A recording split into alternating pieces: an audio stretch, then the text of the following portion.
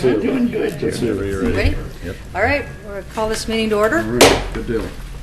Welcome to the Natural Resources Committee meeting. Tony would like to go over the agenda real quick. Okay.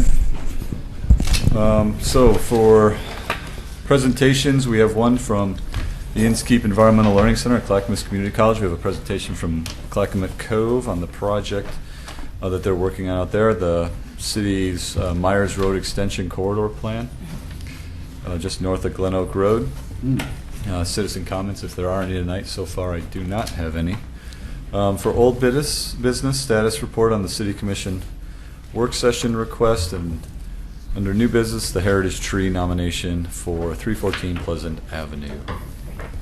All right, let it show on the record that Byron Boyce is not here tonight, and the rest of the members are present. So let's go ahead and get started right away. We want to make sure everyone has enough time. So the Inskeep Environmental Learning Center presentation is up first. Good evening. My name is Bob Cochran. I'm Dean of Campus Services at Clackamas Community College. It's a pleasure to be with you tonight to talk about an exciting project we have going on at our Environmental Learning Center. And by the looks of you guys know a lot more about the history of the Environmental Learning Center than I do. I've only been with the college for 5 years. But we have some exciting things going on. I'm going to let my team go into the details of it, but it's a great opportunity to build upon the things that was done in the past that Jerry had efforts into. We've received a very large grant from Metro for about $850,000+ to make this project a success, and we're working to do that diligently. So with that, I want to turn it over to our project management, Jerry Waters, who's with YGH Architects, and go through the presentation, I guess. Yeah, I'll just give some brief intro comments, and then we'll have the team experts present. We have civil, habitat, and landscape that are doing a large majority of the work, but I will say that we're excited about this project, restoring a really great resource that's there, both for the college and for the larger community, providing a sort of demonstration and a good example of environmental responsibility, and providing also a learning opportunity, again, not just for the college because they're using it for classes, but also for the greater community at large, and improving the headwaters of the Newell Creek also. So with that, I'll let Paul from KPFF talk about some of the engineering of the facility. I'm Paul Dejo with KPFF Consultant Engineers here in Portland. I'm the civil engineer working on the design and assessment for the ELC project. So in context, the ELC is located at the north end of campus. And I think actually we have to tell them. two things. Tell me Yeah. what page you need. Okay, Yeah. thank you. Perfect. Because it's not a PowerPoint. So as part of our engineering assessment, we were reviewing the drainage basin that flows into the Environmental Learning Center site, the ELC. There's approximately 150 acres of area that does eventually drain to the north and enter the headwaters of Newell Creek. It's a small basin, or about half of the Clackamas Community College, the east half drains in that direction, and the west half of the campus drains to the southwest.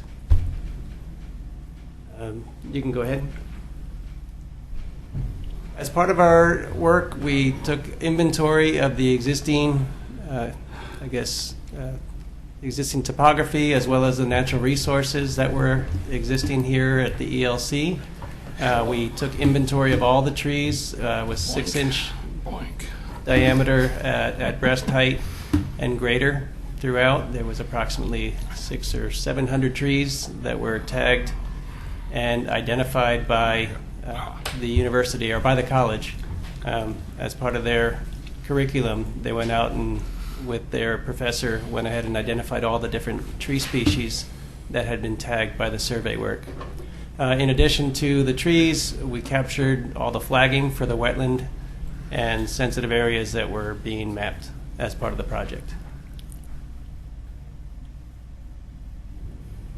So as I presume you're aware, the existing site is primarily 2 large detention ponds that were used to settle out drainage or discharge from the old historic Smuckers plant.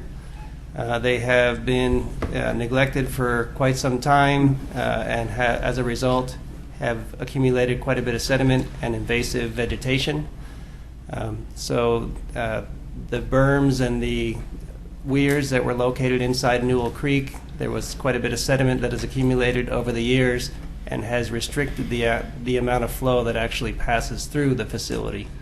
So a big part of our project is to open up the channel again, change some of the weirs so we can better control the flows in through the facility, as well as allowing high flows to bypass the facility so we don't surcharge it or overburden it with too much flow, and allow those excess flows to continue down Newell Creek, the main channel. The sequence of this facility is at the south end, where the storm drainage culverts come out and pass underneath the Loop Road, Douglas Loop Road. There's going to be constructed a new sedimentation forebay, and this forebay will have a weir on the downstream end and have about 3 or 4 feet of standing water to help capture sediment and mitigate some of the sediment from finding its way into the facility. As it continues north, passing through that, there'll be 2 weirs, and one will allow a predetermined flow. It's going to have a particularly sized orifice or weir, so we can control the flow that passes through the facility and get diverted into the ELC. High flows in excess of our desired flow will be allowed to bypass over another weir. But we're going to be introducing a number of fingers of berms that'll change the 2 open ponds into more of a winding, sinuous channel. There will be benches of approximately 1 foot deep to accommodate the appropriate plantings, submerged plantings that will help shade the water that's standing in the facility, as well as provide filtration and enhance the habitat. There will be deeper pools as well, with the intent of maintaining open water without vegetation and to assist with controlling some of the temperature and heat gain. Lango Hansen will be speaking to how these berms that we're introducing are being vegetated to further provide shading along the water's edge and improve the habitat. These facilities do wind through, and at there are some modifications being proposed at the north end.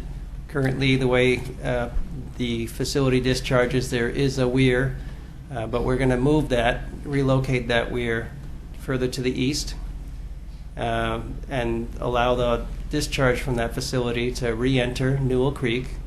But where there used to be a swale or a low point, I guess at the north end of the facility, we're going to fill some of that in to try to improve the screening of the existing Smuckers plant and buildings at the north end of the facility. Further enhancement that we're doing is we're building some parking, formalizing the parking that currently is an open gravel field in front of the maintenance facilities and the offices there. Those will be formalized with asphalt pavement. And there's going to be a new stormwater facility, so water will sheet flow off the asphalt into a bioswale or vegetated facility that will provide water quality treatment. And then that discharge will enter the facility at the north end on the northwest corner. There will be a new bioswale as well that gets constructed. That drainage there is flowing sort of haphazardly in that zone. We're trying to formalize that. They've had problems where runoff overburdens the existing infrastructure there, and the college has experienced some flooding inside their existing buildings. With this modification, we'll be adding some berms to divert that flow and make sure that water passes through the facility instead of continuing on.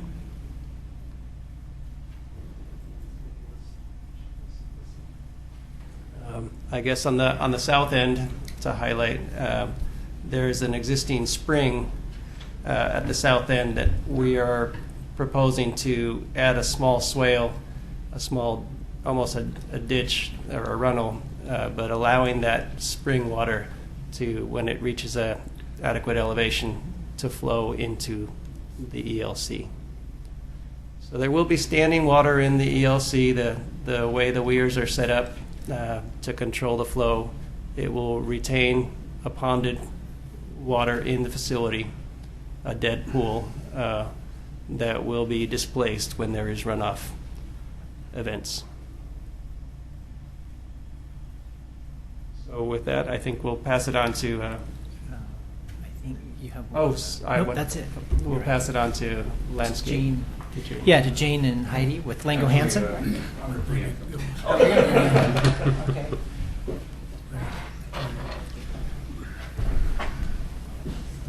My name is John Van Staveren with Pacific Habitat Services. I've been helping with the design, and I've actually been on this project, working on this project for a number of years. I first got involved back in 2006 when the scope of this project was quite a bit different. And it's really important, I think, to think about this project as more of an enhancement for the resource instead of a water quality facility. And it really, to be honest with you, it really gets back to what Jerry's original thought was about this facility or this area, this habitat, instead of the 2006 design. And during that period, I had the Corps of Engineers and Department of State Lands out to the site and told them what the proposed design was going to be, which was very much a built environment, lots of concrete and stormwater treatment that was really constructed and not passive like this one is. This water has been moving through this facility, this habitat, let me call that, for a long time. And what we are doing here is really making sure that it's passively treated. So we're improving water quality by, as Paul said, creating these berms, we're putting in vegetation, we're slowing that water down, and we're letting nature do the water quality treatment instead of some kind of a constructed facility. We all had the Corps of Engineers, Department of State Lands out on site recently, had a meeting with them, and they endorsed the project, they liked the project. There are really no negatives with the project. We're not losing any habitat, we're actually gaining habitat. We're improving the system that's there. There's lots of non-native species that are going to be replaced, and Jane and Heidi will be talking about that next. We will be submitting an application to the Corps of Engineers, Department of State Lands in a few weeks, and then we'll be going through the permitting process with them. And one thing about the plants is that I've been working with the horticultural department at Clackamas Community College, and they are growing herbaceous material that will be installed out here, and they're going to grow it so it's tall enough, because what we're going to do is when we construct this, we'll have to draw it down and then obviously do the work we need to do, and then it'll slowly fill up with water again. And we want to make sure that the plants are tall enough so they don't get drowned out. There is habitat for amphibians already. We've actually been monitoring the amphibian habitat for a couple of years out here, and we'll be doing a salvage of those species and then replacing them, or not if we can, but we're actually replacing the habitat or restoring the habitat when it fills up with water again. We're putting in large wood out here to increase the habitat value of the out here for amphibians and reptiles. There have been turtles in the past out here. There's one non-native turtle that's currently calling it home. But also all of the plants themselves, the herbaceous species, will be great nesting sites, egg attachment sites for the amphibians. So with that, I will pass it over to the landscape architects.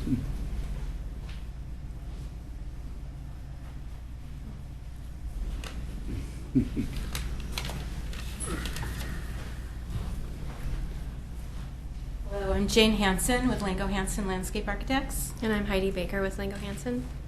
And we've been working really closely with John and Pacific Habitat Services in developing the planting palette for the project, and also with Paul Deggio to take a look at the grading and how we can most sensitively grade this waterway through the site and keep as much of the existing bank plant material that we can, disturbing as little as possible and maintaining the majority of the tree cover. So what you see on the site plan, the darker colored areas, darker colored trees are actually the proposed trees, and the lighter colored trees are the existing trees out there.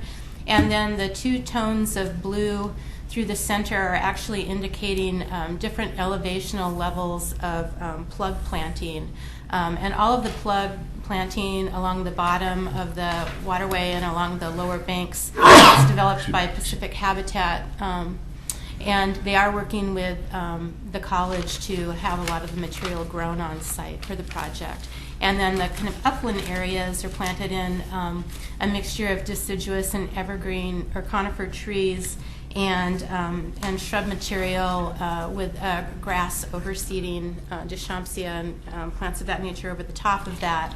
And then we're keeping our area of sort of community improvements very close to the existing pavilion and Lakeside Hall. So all of our proposed improvements are staying 25 feet away from that waterway zone. And the kind of darker green colors that are on the south end that you see there are other designated wetland areas that would also be feeding into the water area. So starting at Innskeep Drive, we're proposing a new parking area next to the facilities building that would serve about 23 parking stalls. And then that's directly across the main entry into the pavilion area, and that's where the historic main entry is. What we're proposing is to widen that into an overhead canopy that allows for a more generous entry undercover where groups can gather and get organized before, particularly school groups and different groups that might be coming to the site for the first time, just to be able to have a place to get settled before they go off on the trail system.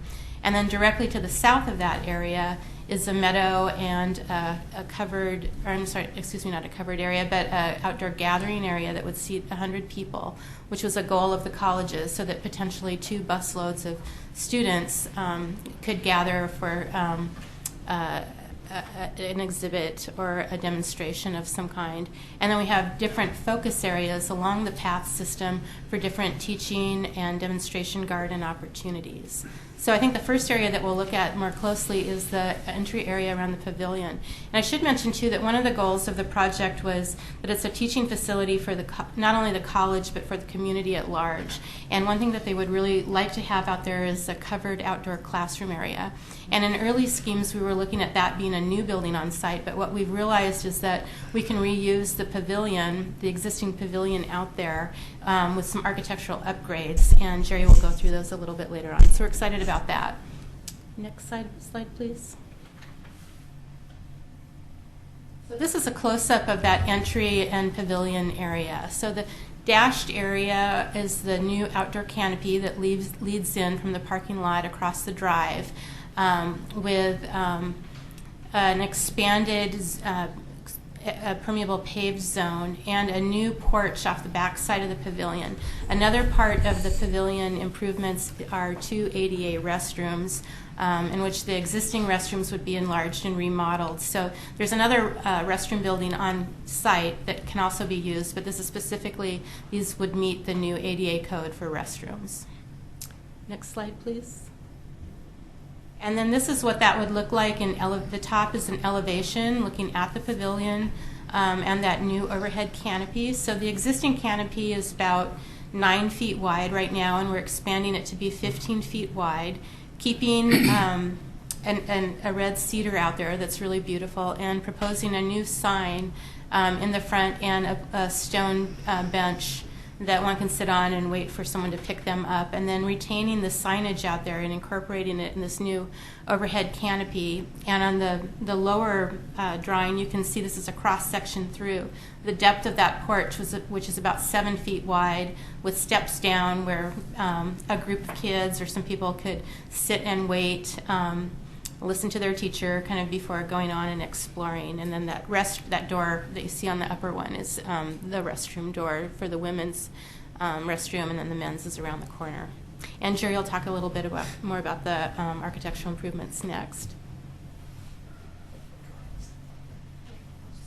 Real quick, usually I'm not a big fan of having the architecture scope reduced, but I think this is a case where it's a good thing that there's not much architecture in the Environmental Learning Center. But what there is essentially taking the existing pavilion and like Jane said, to just improve it and upgrade it a little bit so that it can be a more utilized aspect of the center. So we're taking on my left the existing restrooms that are there, which are not ADA compliant, essentially removing a wall and capturing a corridor so that those two restrooms can be made ADA compliant. And then the other major move to the pavilion would be to take the south and the east walls and put in a large wood-framed and glazed accordion wall system so that two sides of the room could be opened almost entirely to give that outdoor classroom feeling.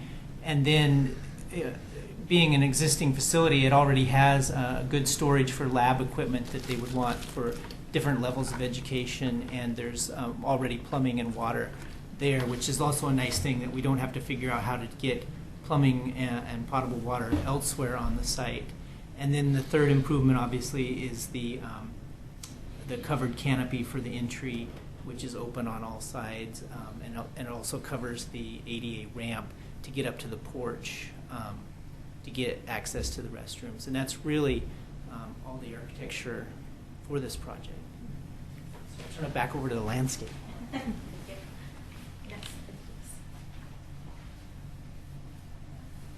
So then this is just to the south of the pavilion. This is the outdoor gathering area, and what we're proposing is a series of stepped benches that would be cedar timber tops with a metal structure underneath, and then low curbs that would gently step up that grade with bark chips, keeping it very pervious, and then permeable pavers in the sort of stage area where someone could give a presentation in the front. And that would be flanked on either side with native plant material.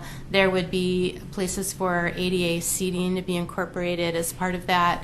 And then the meadow beyond would be just another place where if it was a larger group, or if people just wanted to spill out and use it in a passive way, the meadow would be a place to do that. And we're maintaining a very large existing pin oak tree just to the south of the pavilion, along with a monument to Jerry Herman for all his work that he did on this project.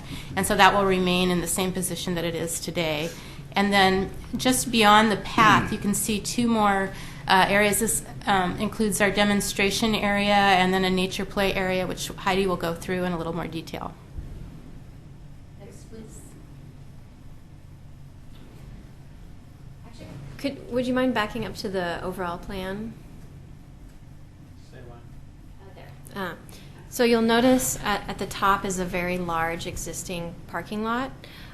We're proposing a new entrance at that end so that in addition to the accessible parking that we're resurfacing with asphalt, the larger parking area could accommodate a bus turnaround and potential drop-off area at the front. And so there's a new entrance on the north side there, and that top edge, you'll see the pathway kind of winds around from the parking lot across the pavilion and then over through the meadow, and we're calling this our interpretive walk, where there would be signage that talks about the importance of stormwater treatment, which would start happening at the bridge that's close to where it says Nurse Log. So as soon as you enter, you'll be seeing native plants that might be treating the stormwater coming from the parking areas. Thank you. And then you'll wind past this Nurse Log that we'll talk about in just a moment.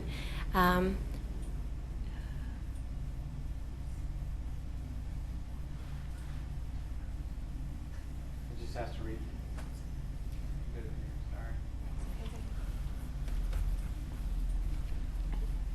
This is good. And so then you'll wind past the entry garden that Jane talked about.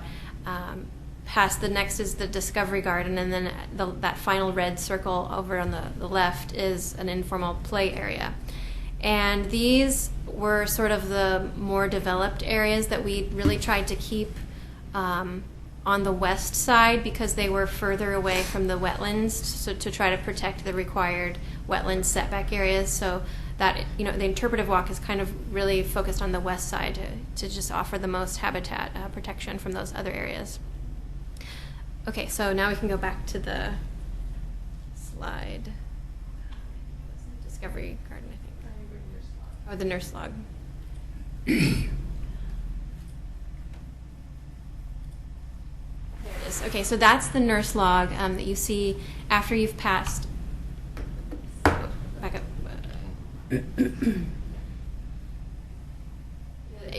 The entrance from the side parking lot, you can wind around past the stormwater areas, and then you pass this nurse log, which we're thinking maybe a fallen tree from the site could be positioned in a way that we could start some plantings, or they would just develop over time. And then there'd be an interpretive signage that might talk about what a nurse log is and how it contributes to forest health and the ecosystem. There might be a little bench so people could sit down.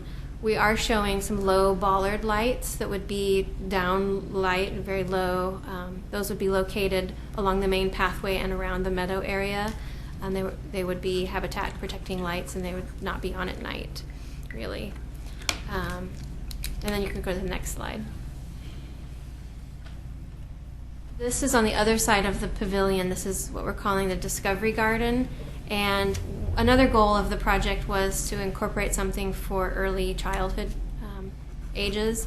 This might be a discovery garden for some really young kids. It would have plants that, and some interpretive signage that talk about pollinators and how they need to have flowers throughout the flowering season. Some taller species that have berries might be good for birds. There are quite a wide variety of birds in the area. And in the center area, we're saying ground insects and a variety of foliage, so it's somewhat of a texture garden where it might be really fun to touch the fuzzy leaves. And there might be some signage that talks about beetles and worms and how they all play together with the pollinators and the birds and how everything's important as a system. Excuse me, where is that relative to the pavilion or the amphitheater type? Could we? It's almost directly in back of the amphitheater. West? Oh, okay. It's to the west of it, Yeah. off of the pathway, where those two little bulges are. Yeah. The Discovery Garden and the Nature Play area are kind of together. Those two red circles that are kind of on either Yeah, side of the. okay. Thank you. This one is the first one after you walk south from the pavilion on the right. You have a laser pointer there. Can you Can you see, see it? this, What's this the- area right here? Yeah, there you go. That is the Discovery Garden. So this is the nurse log that we just talked about here. This is the entry pavilion that Jane talked about, and then this is the Discovery Garden here. And then the next area will just continue on just to this final play area.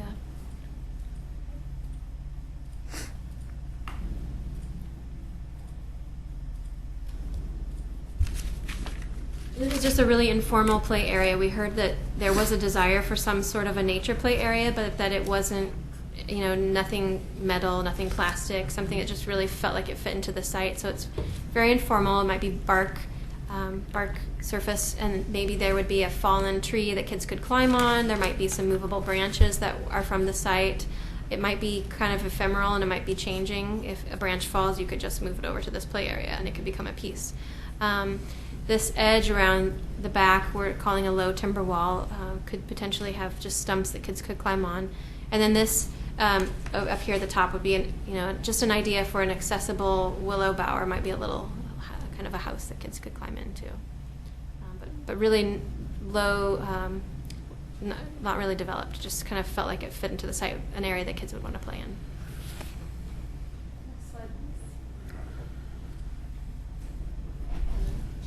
And this is just to show what we're proposing for the pathways through the site.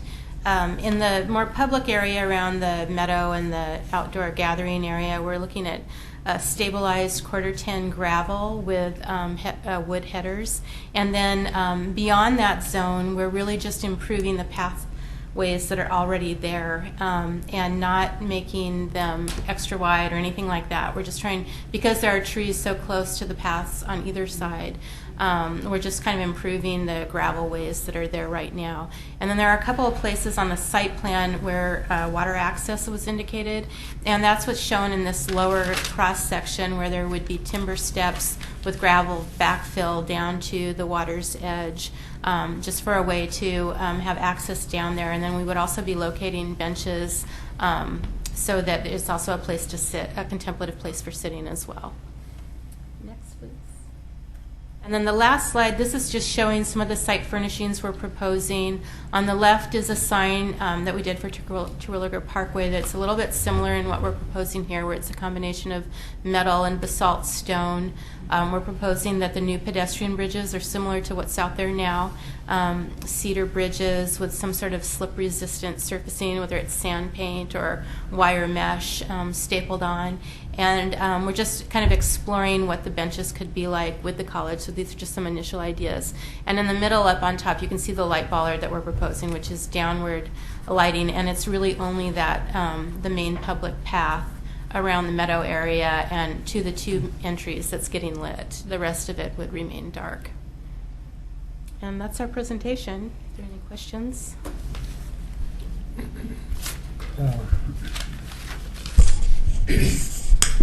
I'm sure there will be. We got Richard and I were able to attend, of course, that meeting that you had at across from the ELC yesterday. I wanted to mention a couple of things that were in there, and we had Martin Montalvo's here.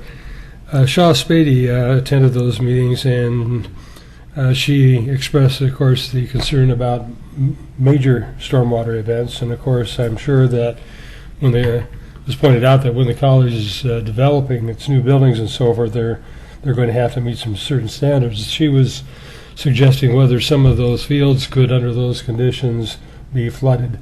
And that's one point that she made, and I wanted to probably let you know about it, but also get it into our record. I guess Tony stepped out, but I had mentioned that in terms of potential volunteer match, but also perhaps some funding matches to their grant, that we we have developers, when they cut down trees in the building envelope, make a commitment of money to the city, and that those, if you're planning to do, and I mentioned this yesterday, planning to plant some larger trees. I know we've done such plantings with those funds on Oregon School District lands, and I don't know of any reason that we wouldn't be able to do it at the Environmental Learning Center too. And so I just wanted to perhaps get those things into our record here. Yeah, I guess I have a couple of questions and comments also. It's my understanding that there are around 17 drains up on the campus that will drain into this area, and I don't think they have oil water separators, or do they? And I'm kind of wondering what the plan is for that in terms of trying to minimize any further hydrocarbons that get into the waterway. Well, first, is there 17 that are? I don't know the count, but that's something we can look into for you and get back to you. Okay. But as far as the storm drainage coming from the campus that's contributing into this drainage basin, there is future development being proposed as part of the master plan implementation. Mm-hmm. There are a number of new buildings that will affect existing parking areas, as well as buildings and the existing infrastructure. So all new redevelopment will be meeting the current drainage code with regard to water quality. I understand that there are a few projects that were implemented within the last 10 years or so that do have water quality facilities associated with that redevelopment. But you're right, there are a number of areas throughout the campus that don't have oil water separators, downturned elbows, or anything like that. So I think with new redevelopment, we'll see that stuff brought up to code. As part of this project, there is currently no plan to go globally throughout the campus and retrofit those structures. Okay, but it sounds like they would be retrofit. They'll I for think the new development? with the new development, they will be retrofit. That is correct. Okay. What's happening to the art building area? Excuse me, the area kind of below in terms of the Newell Creek, the channel and the art building area in general. It didn't look like there was anything happening there. Is that the? Maybe you could put that back up on the screen so we could. I think are you mentioning the building we affectionately call the Smuckers Building? Yeah. Okay. Yeah. Currently, there's no plans to do anything with that. That is a use right now for furniture storage. We also have a space for theater arts. They store their props in there. It's just kind of a nice space for us to use for storage. It's not occupied. One of the things we are looking at, though, is if you look at that large Smuckers Building, the smaller white square there is our old kiln building. And we're currently using it for hazardous waste storage. We'd like to move that out of that area and up into behind my building, which is the white specks at the top. And then maybe remove some impervious surface in there. We're in discussion with the city on balancing some impervious surface with this project, and those two removals would help us meet that requirement.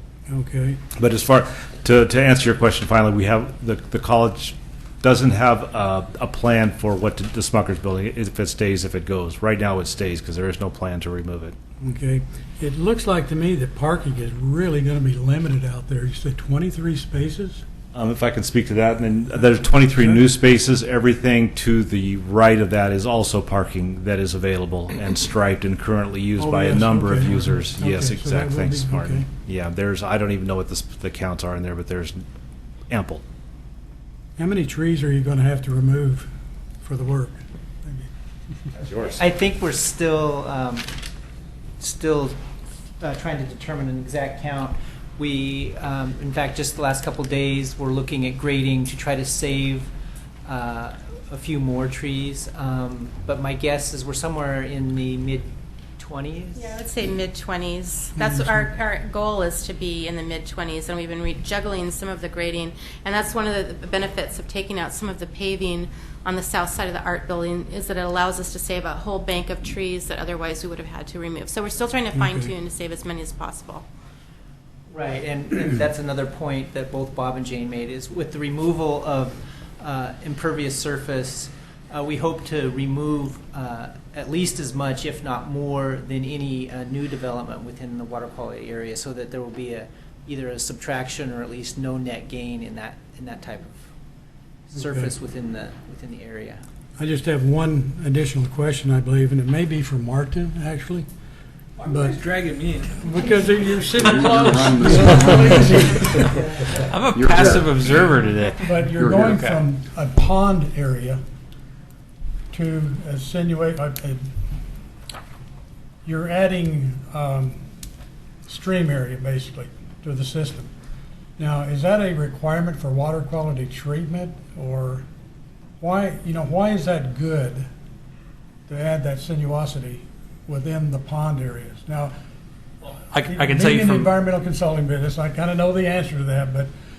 you testing me? Is that No, what? I'm just wondering, why is that, do you get significant additional treatment by doing that, or is that some kind of a paper analysis that says it's good to do that?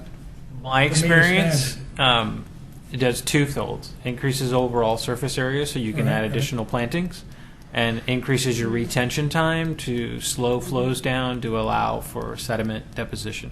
Yeah. Would that be a requirement as some sort of development requirement from the city? I do not do development review. So if you build it, I will maintain it. I will not tell you how to build it. That's not my job. So.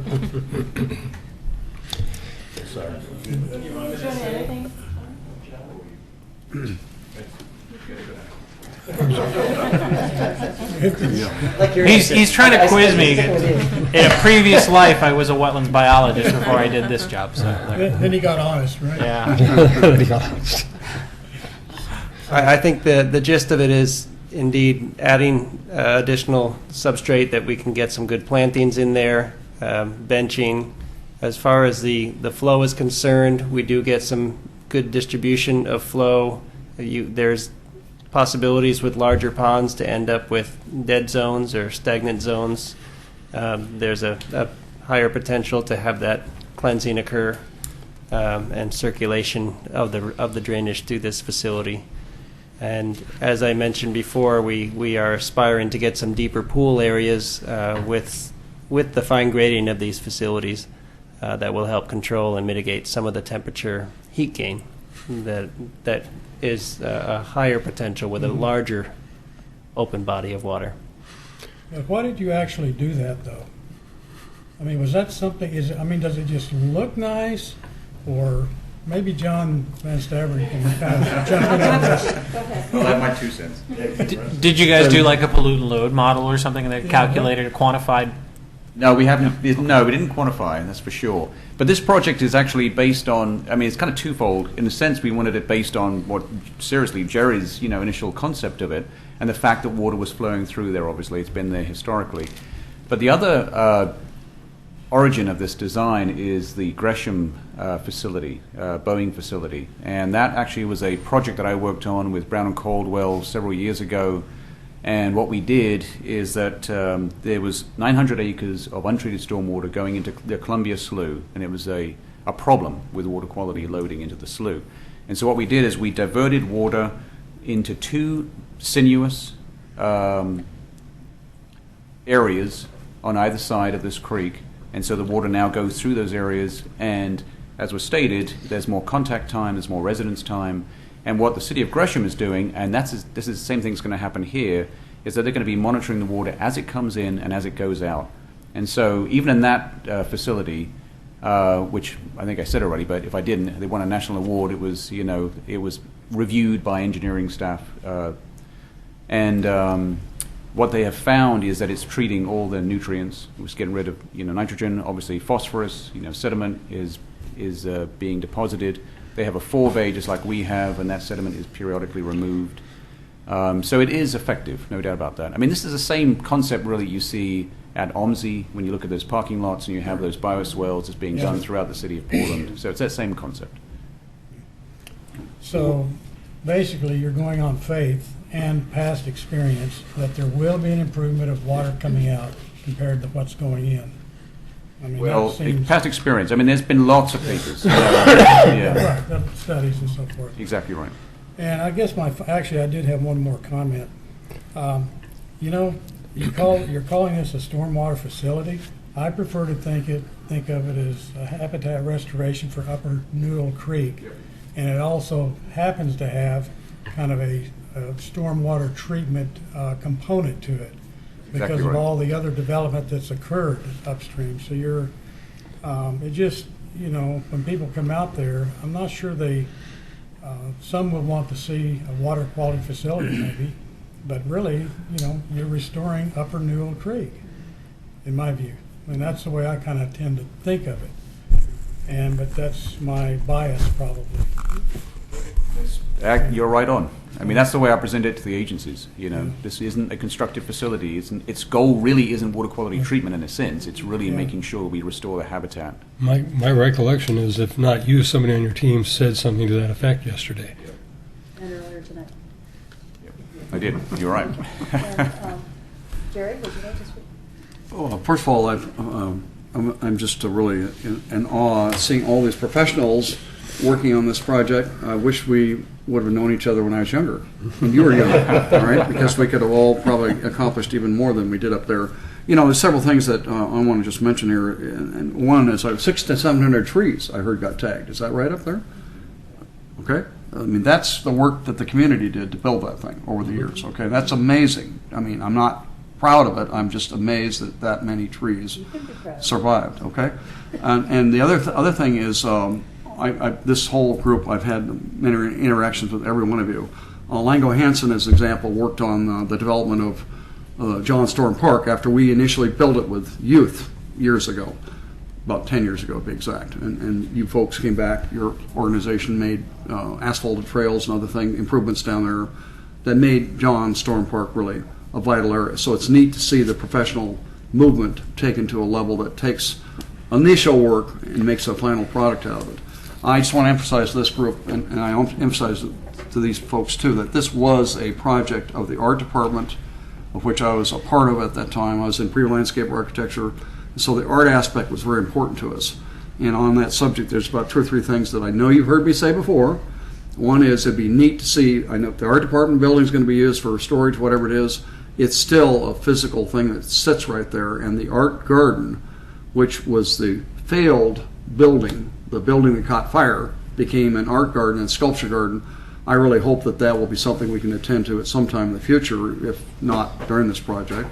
And then there's 600 feet, I think John Van Staveren and I talked about this, 600 feet of additional waterways beyond the south wall of the art department that are part of this whole system too.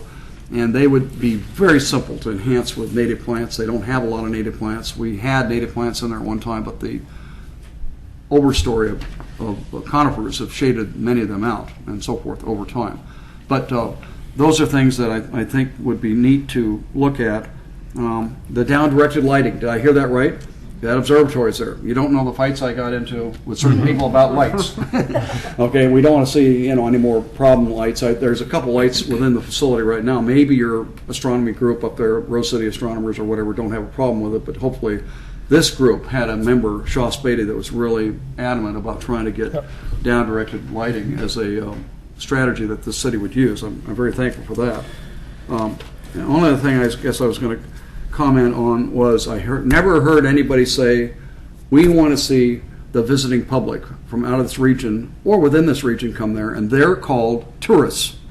And I work with the tour industry a lot, and I feel that what you're doing for schools is very good, but I also feel that everything you do for schools would also be an attraction for adults that would come on buses. And those buses, those people come and they pay an entry fee. There's a whole bunch of those people coming to Oregon City right now on something I'm doing. And I think that I haven't heard anybody say anything about tourism. I worked with one of your folks, Greg Fitzgerald, the foundation director, to help put together a preliminary grant for the TDC. I don't know if he was allowed to move it forward or not, but I really think that whatever you do here, Oregon City is looking for attractions. The Falls is an attraction. There's other attractions in the downtown that are evolving. And up on the hill, this is an attraction, not to mention your campus, I think, is an attraction. And if some people say, oh, we don't want these visitors just popping up on campus. Well, if they pay $10 a head to come to your facility and spend some time with you, that's a different way of looking at it. I don't know if the campus can take money from tourists coming onto the public facility, but... But the tourism point, I guess, is attractions. We're looking for as many attractions in this area to make it marketable. The Falls is wonderful, but there's a lot more things possible in this area too. So I would just encourage you to think, in terms of the tourism potential too. Just like you're thinking of elementary and secondary schools, everything you do for them, adults would enjoy that too, that experience. So, and I thank you for the work you're doing. This is kind of a shock for me to see all these people working on something that we, had a real distinct interest in, but I'm really pleased with the progress that's being made. So, and on that subject, my question is, what does this group have to do in this whole thing? Is this going to come back to the city for review and in your hands, Tony, or do we have another role to play at some point in this project? I think it depends on the extent of the application, whether it'll be a type 2 or a type 3 application. One way or the other, you're going to be notified. Whether there'll be public hearings or not, I think we're still working through with the consultant team if there are any adjustments necessary. If not, it most likely could be a type 2, but I don't have all those answers for you right now. Can you explain the difference between type 2 and type 3? Type 2 would be a staff level decision, and type 3 would be a planning commission hearing. Okay. In which case, are we being asked to make comment tonight, or just general? This is just Okay. an All right. introduction. Doug, did you have any questions? No questions from me. Well, I'm quite familiar with the site and I've been there recently even. One question I had is the gravel parking area that you're proposing to pave is actually fairly heavily used, I believe, by staff. And is there going to be any conflict there? Or can they just move to the other parking areas that are nearby? We will, obviously the ones in the front underneath parking area there are the ones we use regularly right now. Mm-hmm. Those are designated for DLC, but there's other locations we can park, even in the older existing parking off to the right or even behind the building. We have an ample yard back there, so Okay. we will preserve it for those uses that are designed for it. Okay. All right. It looks basically pretty good to me. You know, the place is, as you know, there's mostly introduced plants, a few of which are invasive, and but I'm sure you're capable of dealing with that as the case may be. And so I'd say go ahead and see what happens with this. It looks real good. All right. One more thing? One more thing. I'm thinking of the alternative life of the amphibians. I think you found, I think, both northwestern salamanders and red-legged frogs on the site. Since you're going to perhaps be removing 20 trees or so, perhaps in areas that aren't going to be that accessible to the public, I don't know if it's possible on the west side of the creek or not, to actually have some of those down for the amphibians when they're on the land. And as a school principal, I'm very impressed with how you've wrapped education into the design. I can see all of the stakeholders in the community, the college, the teaching resource, an artistic expression. I know many of the people who helped develop the campus and gave significant contributions for these types of things to happen. You know, I've had the honor of knowing Jerry and his role, and Richard and this group, and this is pretty significant. My students are currently designing an outdoor classroom for their 6th, 7th, 8th, and 9th graders, so you can imagine what that looks like, but that's okay. I'm very proud of them grasping the concept of scale and purpose and flow and native plants, and I'm definitely going to get them looking at these plans and then starting to imagine how they could improve their own. It's a good model, a good teaching tool as well. So thank you for your work, and thank you for your presentation. Absolutely. Thank you. All right. Actually, do we, is there a consensus for a motion for a letter of support at this point? Because I believe they're going after funding soon. Is that my understanding? Oh, definitely. Is there a need for a letter of support? It wouldn't hurt. Okay.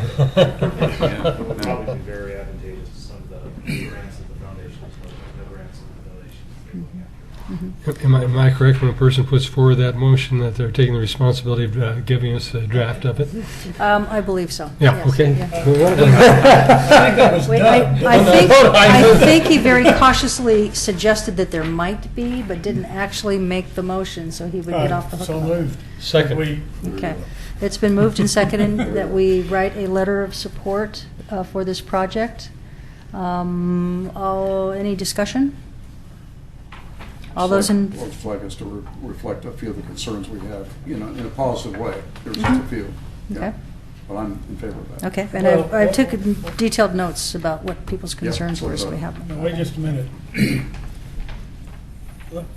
Perhaps we can put those in a For separate... funding I purposes. think- Oh. Yeah, Yeah. for planning purposes, for this letter, it seems to me we should have a letter of support for the project, not bringing up issues that need to be taken care of. I think, to me, that takes away from the letter of support. Good point. And, Whatever you would like to. yeah, in other words, I don't think we should mention other water quality facilities that need to be fixed or other things. I think we just need a letter, probably a letter of support for this. And they have their comments right now about the other water quality facilities, and we can address that at some other time, I think. I mean, what? Well, you're going to draft a letter, so you make it the way you want it. Okay. All right. All those in favor? Aye. Aye. Any opposed? Okay, by unanimous decision to support a letter, please create a letter of support and bring it back to us? Yeah. All right, all right. All right, thank you very much. That's great. Thank you. Really good. All All right, so now it's time for our second presentation. We get a How- two-minute break or something. I don't know how you're going to top that. They're very good. Okay, Clackamas Clackamas Cove is Cove very project, please. How long do you teach tonight? Very lucky.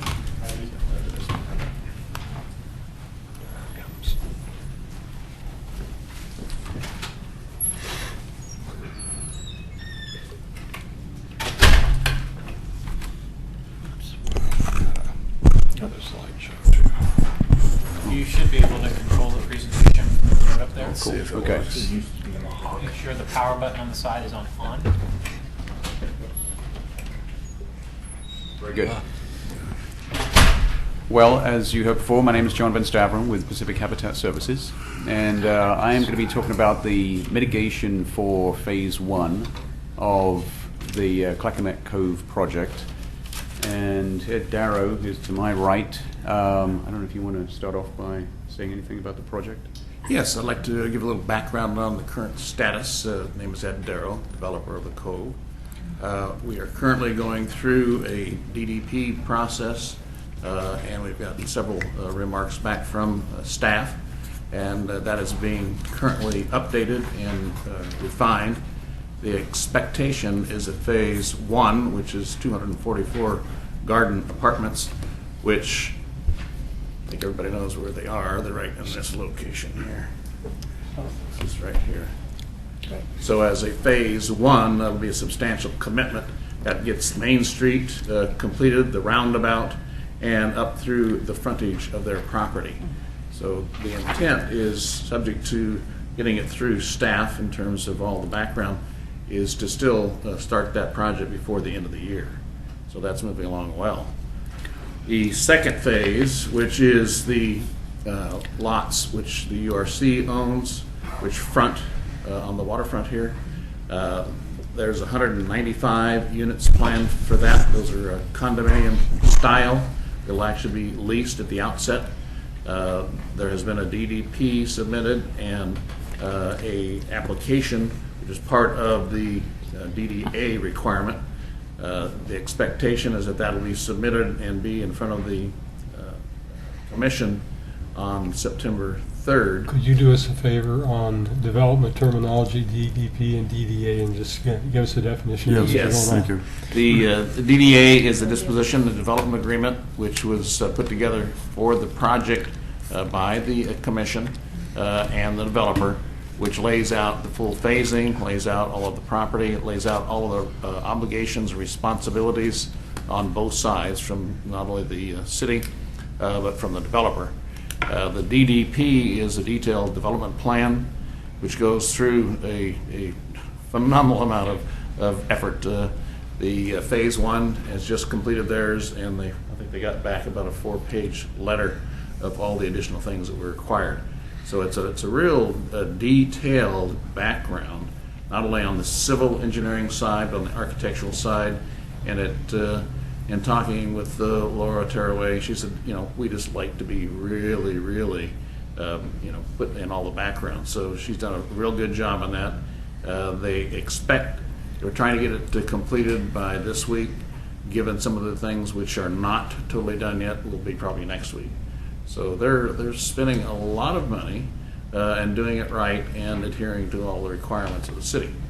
The expectation for Phase 2, which is the waterfront, will probably be spring of next year, given the time frame that the Phase 1 is moving forward now. So that's kind of an overview. Subject to those phases, then there is Phase, which is right between the condos. There's a 1-acre site that has the ability of going from about 70,000 square feet of office or a hotel, and then Lot 1, which is this little peninsula area here. That is a tough site in that it has an elevation of about 35, and the storm water flow there, the floodplain is at 52.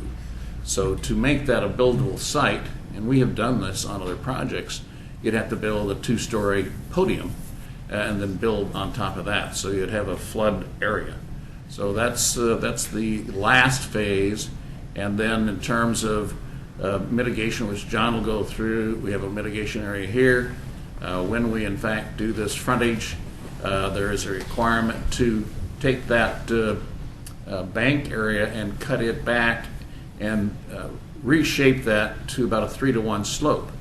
And part of the reason is that it's not a very nice setting. It's somewhat dangerous, and we'd like to take that dirt and roll it back up to the condo site and use that for on-site dirt movement, so we don't change the floodplain there.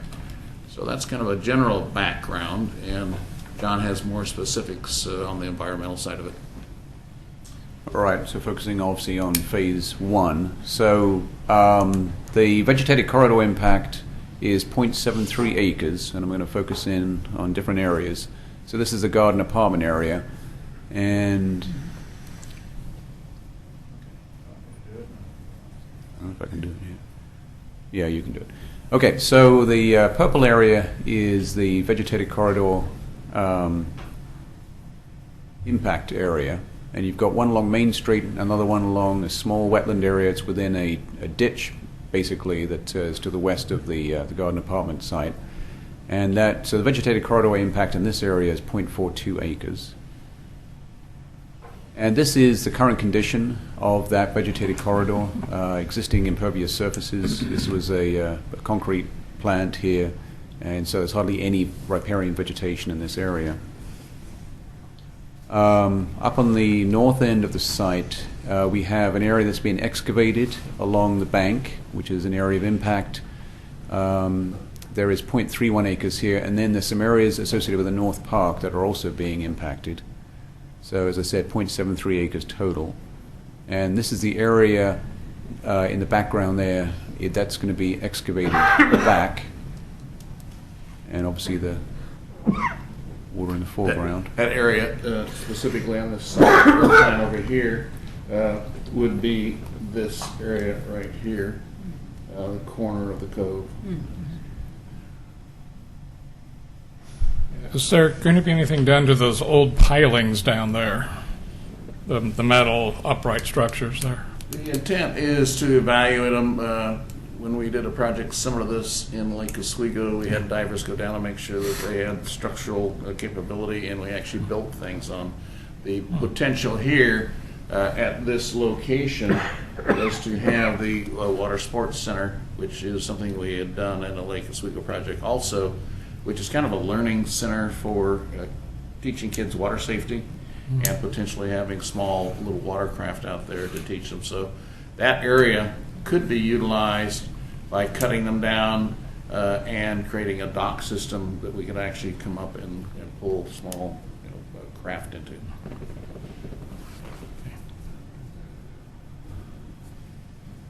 So the enhancement, we have 1.61 acres of enhancement. That's above the ratio 2 to 1. It's 2.21 to 1. And here are the species. We're actually losing 18 trees. So even though it's 0.73 acres, we're only losing 18 trees. And the requirement is to plant, in fact, we're going to be above this, but it's 316 trees as mitigation and 1,582 shrubs. And they'll be from this list. This list is the usual suspects of this area, Oregon City and the Clackamas Cove.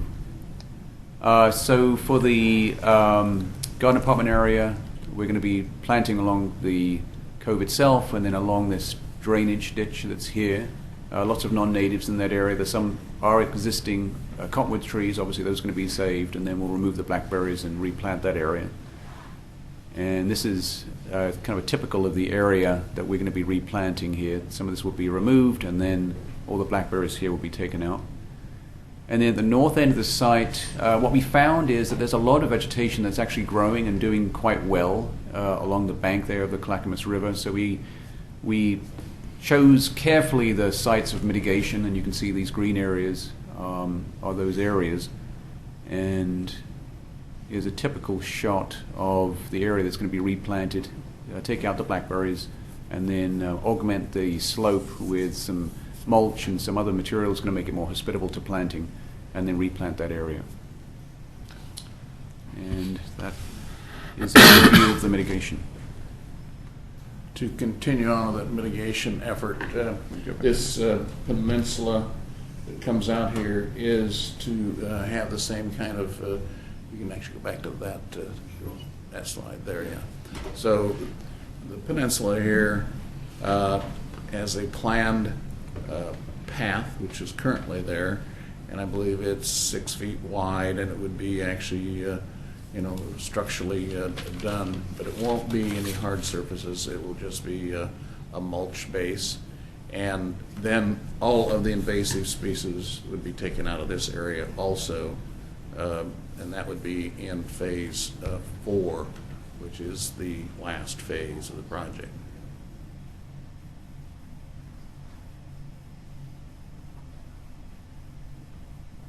I don't have any other comments, so any questions that you have? You were talking about throwing back, and of course we had those discussions in earlier iterations of this site. One of the things, of course, was that if you roll back, I presume then that path won't be there at that location in the process. And we had earlier discussions and earlier iterations of actually having a temporary path built until you actually had the phase 2 development go in. Is that still part of the plans? Yes, on the design plans, if you can see this little area right here, that is a parking area that would, I believe it has 14 or 24, I forget the amount, which phase 1 will actually be taking and putting in a little road here. This will be paved, it'll have ADA, it'll come down and connect into the existing path, because this is where people park now, so this would be a new temporary path.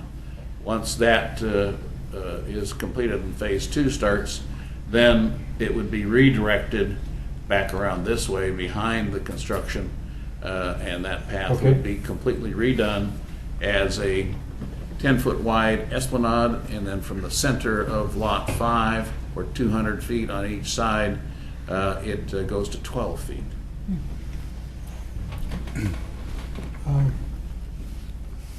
Another question, the metal structures are out there. You talked about potential reuse, and I'm not talking about everything that's there, but there are other metal structures towards the north end of the cove. It'd be nice if perhaps some of the history of that site could be memorialized in some way, and I presume those structures are part of the excavation that occurred there. And if there was, and I'm not talking about if you've got specific plans there in terms of some kind of floating, not floating structure, but build upon those pieces, that's fine. But whether some of those other pieces perhaps could, if they're structurally viable, could be left there in some form, or placed someplace else to indicate how that site became to be. The significance of a gravel quarry and a dig out, to me, doesn't have a lot of historical significance. I don't think it does, but there wouldn't be there. You would be building at this site if it weren't for the gravel quarry. That's the point. No, that's quite true. I mean, obviously, it should be stated that what it was and how it got there, because it was a significant effort. Referring back to the Lake Oswego project, we had these very large caissons that were probably 40 feet in diameter that were gravity. They filled them with rocks and they capped them with concrete. The city wanted us to take those out, and I vehemently said, we'll never get in the water again. Those are just extraordinary opportunity to get the people out into the river, and so we built bridges out to them. We actually built a part of the restaurant out onto them. So the recapturing of those things is significant. I mean, and I don't want to denigrate it by any means. It's just that they're kind of a mess, you know. Well, I understand. We want to clean them up. Right. One of the reasons I believe we asked for this presentation some time ago was myself and at least half this group, Antonio's involved in this too, we're looking at trying to save as many of the existing large diameter trees on the east side of the cove. And you folks came up with a great idea, your team, of how to create some grading changes where you would have to remove trees, you would, but in other areas you keep them as knolls. Is that still the case? You know, we're going to revisit that. There's probably 6 areas where we had engineering designed to save the trees, and it really needs to be rethought. And that was Jim Nacita requested a site visit. We went out with the engineers. We went back, and I remember the bill I got for it was $20,000 to redesign it. I don't think that it's the best design. I think it needs to be redone, and that could be done in the process of doing the phase 2. There is a significant set of trees right here. There's some right in this area, but the look and the definition of what will be there with building these large rockeries for some suspect trees is questionable in my mind. So I would like to go out there with somebody that has the scientific ability to say what will be the result of doing that and what's the best design. It wasn't really done in my mind to the best level the last time that we did it. Okay. And then similarly on the Main Street, that's going to be redeveloped in your garden apartment phase, I guess. Is that true?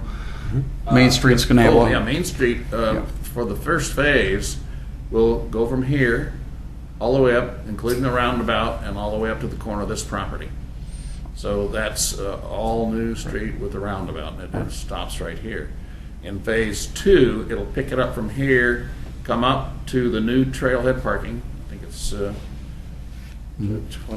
14 spaces up here, and that road will be continued to here. Subject to pricing, it would be my desire in phase 2 just to finish it, finish the Main Street. I mean, it's not a lot of distance, but it's probably another couple $100,000.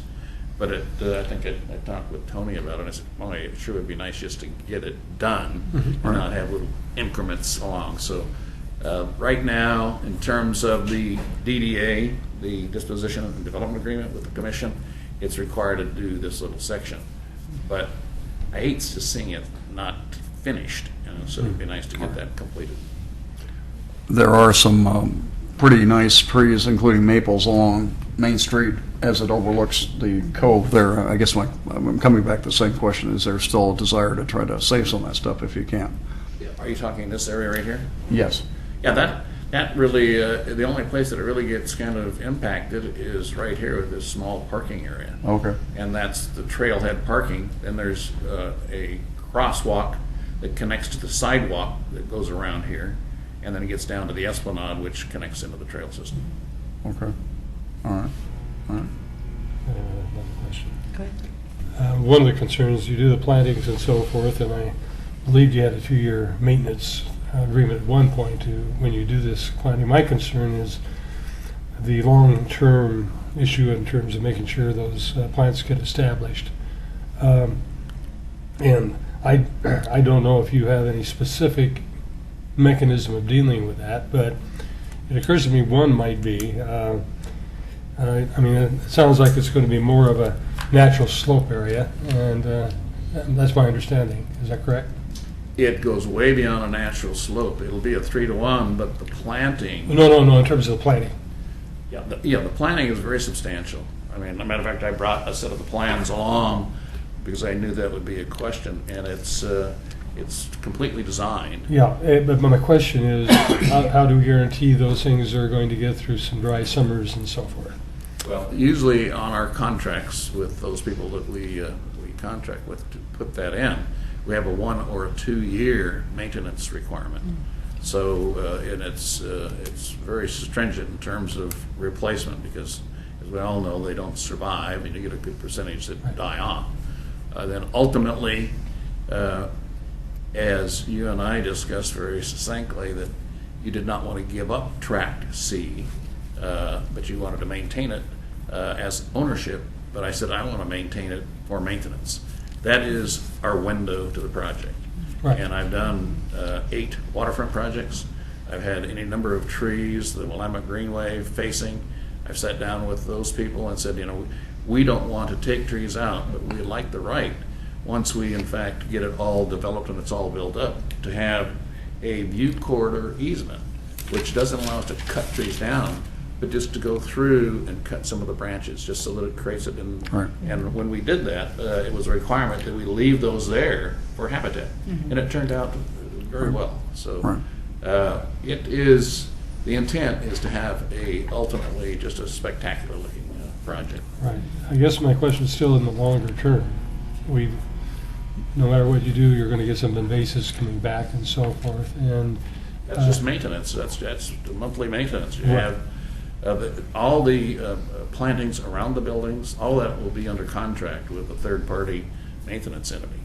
That will also be there, so it will be maintained. The idea of having invasive species come up in that area and kill what we've got, we will not allow that. and that maintenance will go on for how long? Forever. Okay. Yeah. Foothills Park is still, to me, a great example of, I've seen a number of your projects, but I go by it every week on these river tours that we're doing, bringing people to Oregon City. And your three-story buildings, which are similar to what you're planning here on the east side of the cove, are very well screened. Can't even tell they're in there in many cases at Foothills Park. And then the retention of trees, I'm still going to harp on that a little bit. You guys set the example for what the city of Lake Oswego did with the development of Foothills Park in your project, which is called, and I just lost the name now. Oswego Point, and then the larger Oswego Point. buildings were called Riverbend. Yeah, but you set an example that the city then retained a whole bunch of trees, 70 out of maybe 150 that they had, they still maintained 70, and it just beautifully, as you go by it, you can't hardly see the density that's in there. It's really remarkable. So I hope that our efforts in the past to try to steward stuff can still be successful. Well, it's our With you. intent to do that, and I Yeah. think the history of what we've done, we actually got into a major battle with the city. They wanted to cut trees down, Like the us with- frontage. I mean, Yeah. beautiful, spectacular trees. We redesigned the driveway, and we said, you can't cut these trees down. Right. I mean, it was kind of funny. It was reversal, you know, but Right. they it actually came out very nice, and we'd expect this too. Even though we'll be taking out a lot, what's going back in will ultimately be a beautiful setting. Good. Thank you. Anyone else? Did I understand that a mitigation area next to the cove along Main Street, with the green area there, is that being cut back, or did I hear that? Did I mix up something? There's a small encroachment. That area, the buffer was originally 200 feet. It was reduced to 50 feet. And there's a small encroachment into that area in rebuilding the road. So when you get into that encroachment, ultimately you have a need to do a mitigation. And that's part of John's. Okay, so That's so just- is the road being moved over at all, or is it being? It's being widened. It's Yeah. I think it's 60 feet right away, and then you've got a sidewalk on that side, and you also have bike paths. It's not a large intrusion into that area, but per the design of the code in the city, it's a requirement. Right now, there's basically just invasive plants there. They're not Yeah, pretty trees and much. what have you. Yeah, so this is like maybe 600 feet is all it is, but it will be treated for mitigation. Yeah. I'm also going to mention that it's quite ambitious to remove all the invasives from that peninsula, given the steepness, especially of that site. It can be done, but it's going to be. Usually by goats. That's a possibility. Do you know cows love blackberries too, but they're a little harder to move around. I actually, at one of our meetings, have requested that we not take those invasive species out, create a path, do a planting that's close to the Right. path, Yeah. and keep that cleaned up. But I didn't like the idea. I mean, I was out there at 8 in the morning being offered beers by guys that were camping out there. Yeah. And by cleaning it up, to me, it's not a good idea. I think that and John will disagree with me. I will. I actually prefer to not have people encroaching into that area and just walking down even to the Clackamas or walking into the cove by going through that. Right now, I mean, I've been out there many times, and you cannot get through there. But people have made little dig outs and what have you. But to me, I like that invasive species stopping the pedestrian and stopping absolute the barrier public. plantings, yes. Mhm. Yeah. Yeah. I think you're hit that right on the head. There's been discussions about removing cable on the riverside, the Clackamas Riverside. And if somebody was to do that with good intent, they will cause a collapse of that north spit. Yeah. Then we got even more problems. And the only thing I'd like to finally ask a question, at least my question would be, we know that the rock bar is accumulating. It's in one of your drawings here. It's there. I was going to report to you that miracle of miracles, if you pointed out there is a channel as you make the turn out of the cove right in front of the site where I'm at that is absolutely what was to be dredged, that Richard Craven and others worked to get the dredging permit. It just hasn't been dug deeper. And it's remarkable because now there's a place to do the work from the shoreline, which wasn't there 4 years ago, in the last 2 years. Yes, from the shoreline itself, track hose and other equipment could work off the bank easily and dig that channel out, okay, and solve the ingress, input, output of water. But I want to tell you, with 7-foot tides and last week's 10-foot tides, the water just roars in there in 30 minutes, overtops that whole thing and fills the cove, and then still goes out. Your cove is 5 feet higher now in water than it used to be. It does not go below a certain level anymore because the rock bar has grown so much. But what I wanted to say was that if you want to see where your dredging profile was, you can see it clear as a bell. It just hasn't happened. And I hope that that's still something that can happen. Not 10 years from now. I don't know that there'll be any channel left in the lower Clackamas 10 years from now. I know that Eric Underwood told me that he had applied or received a new dredging permit. We keep renewing the one that we had originally. So it's just a renewal of that one. So there still needs to be a bona fide. It's the one this guy did. Yeah, The paper's a little faded. All right. So, I mean, the water quality and all other considerations, I know you want a water amenity. You have a major obstacle in the way, but a perfect viewable profile of where the dredging was going to occur and an easy way to do it now, much easier. So, Yeah. all right. You know, I don't have any details on this, but I believe the city has selected a contractor, an engineering consultant or hydrologist or somebody to do an analysis of that boat. The Parks Department just did. I think it was on last Wednesday's agenda. Okay. For a contract. Okay, so they're going to be looking at the hydraulics up and down there, and that might be something you might want to get in touch with them about. Was that for the boats? It was the ramp in Clackamas Park. But you know that gravel bar, I've done a lot of work on that in terms of looking at old maps and so forth, and I did 2 permits on it over the last 15 years. And but that gravel bar will never go away, you know. Agreed.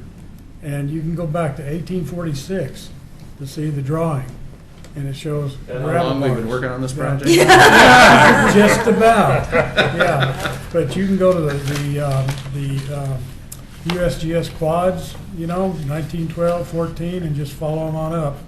And then go back to the Lieutenant Ware, I believe it was, drawings in the 1840s. And then there's a couple other drawings. And, you know, you see gravel bars out there. And they're all there for a reason, and it's because of backwater impacts from the Willamette River causing bedload drop right in that area. And that will always be there to some extent.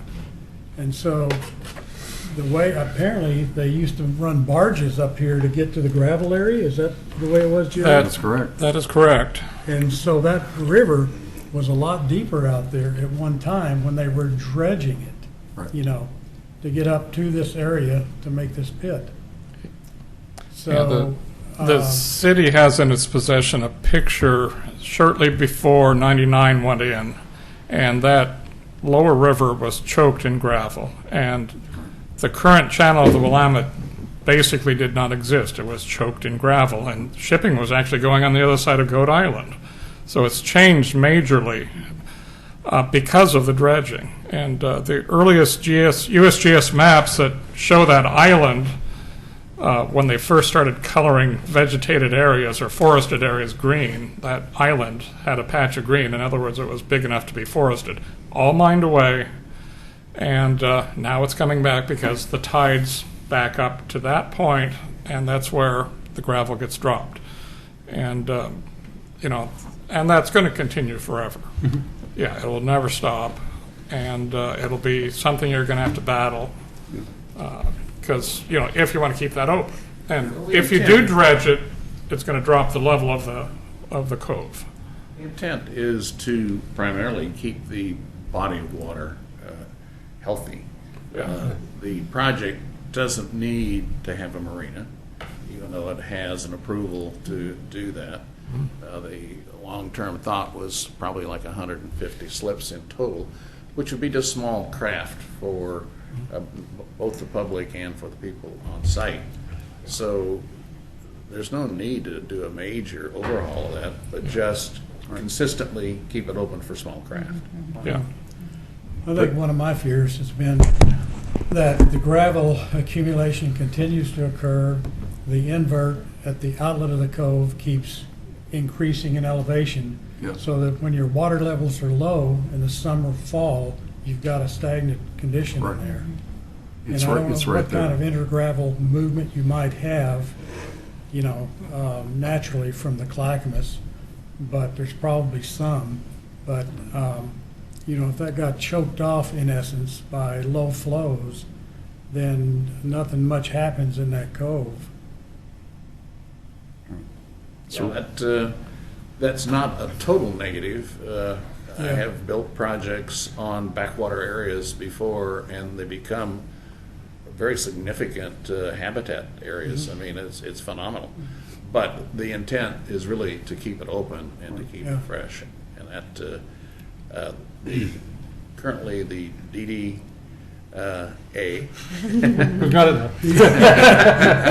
has a joint payment program between the commission and us as developers. The commission does not have a source of funds. We would be, putting up funds as required. So it would be a joint effort there to keep that open, and it's a significant thing. When that's done, you talk about draws for the city. That esplanade and just coming out there to run it or to walk it will be a very exceptional area. So I think it could be one of the spots on the tourism program. And as Doug was mentioning, we would like to actually have pick points that talk not only about the environment there, but what's going on. And I think you brought up that in this corner is a denning for otters right in this area, because at one time we had floating homes over here about 30 years ago. But it would be nice to have those pick points that as you walk it, you see it. And they did a nice job in the Johns Landing area with those kind of statements there, and I've walked that quite a bit. So that's the intent would be to make it a really exceptional spot. As difficult as the rock quarry is, we need to remember, and I try to remind myself of this too, that 46 years ago, the channel was dredged that everyone assumes would be there now. 46 years ago, there was no rock quarry there. Okay, so it's taken 46 years of accumulation for all this change in the lower Clackamas to occur. So if there was a intervention of some type, it would last, not solve the problem, but last for quite a while. So. And that'll be something I look forward to working with the right scientific entities. If this gets blocked off there, this actually might be more stabilized, and that rock will just build up in that area. But that's just looking at it hypothetically. Sure. All right. Thank I you. think we need Thank to you. move along. Yeah. So, thank you Very very much nice for your presentation. presentation. Thank you both. Thank you. And I have to leave. So, All right. okay. All right. Thank you all. Good to see you. All right, Myers Road Extension Corridor Plan. See you soon. Bye. Oh, yeah.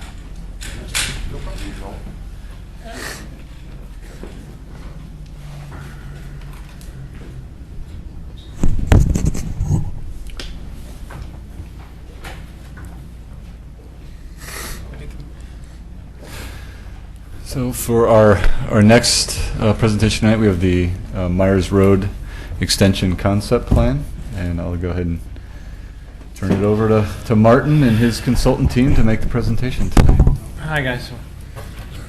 So with us tonight, we've got our team. This is Ethan and Annika, and I'm sorry, I've forgotten everybody's last names. They're with DEA, our consulting firm for this project. We're going to present to you this evening the Myers Road Extension Concept Plan. So this was a collaborative project. Originally was identified in the Transportation System Plan, and the analogy we've been using through this is the TSP's, a plane flying at about 100,000 feet. This concept plan is taking that plane down to about a 50,000 foot elevation and taking a look at a lot of things, trying to really look at the focus being setting the alignment of the road and what the road profile should be. In order to do that, we didn't have to do a preliminary environmental assessment. It was more a reconnaissance level. So some of the questions you may have at this juncture, we may not be able to fully flesh out for you. We did enough level of investigation to give us a good level of comfort as to what the best alignment should be of the variables. The project was a collaborative project with Clackamas Community College, Oregon City School District, Public Works, Planning, Parks and Recreation, and we did reach out to the private property stakeholders as they would be affected by this. And the goal from the onset was coming up with a plan that was environmentally responsible, fiscally feasible, and was respective of the property rights of the adjacent properties, as well as the needs of the school district, the community college. And the only other thing I want to say is one of the big focuses on this was safety, because we were very much in tune as to what the target audience is going to be, which is some kid that took driver's ed summer school and then just got a freshly laminated driver's license and is driving to school for their first time that next school season. So with that, I will turn it over to our friends at DEA. Guys, you have control there. Just make sure the power button on the side is on. Okay. Hi, my name is Annika Vandermouse with David Evans and Associates, and I was one of the planners working on the project. Martin did a great job introducing the project, so I'm just going to go over or provide a little bit more background about the project and the process, and I'll turn it over to Ethan, who did the natural resource work for the project. So Myers Road Extension is a TSP project, D46, and extends Myers Road from Oregon 213 to High School Avenue, and it's identified as a minor arterial on the TSP. It also affects 6 other TSP projects, mostly intersection projects. The area is zoned campus industrial around where the alignment is proposed to go, and it's also identified, or most of it's identified as an enterprise zone. So it's identified for large sort of industrial campus development for family wage jobs generally. So this is sort of redundant. It's Transportation System Plan Project D46.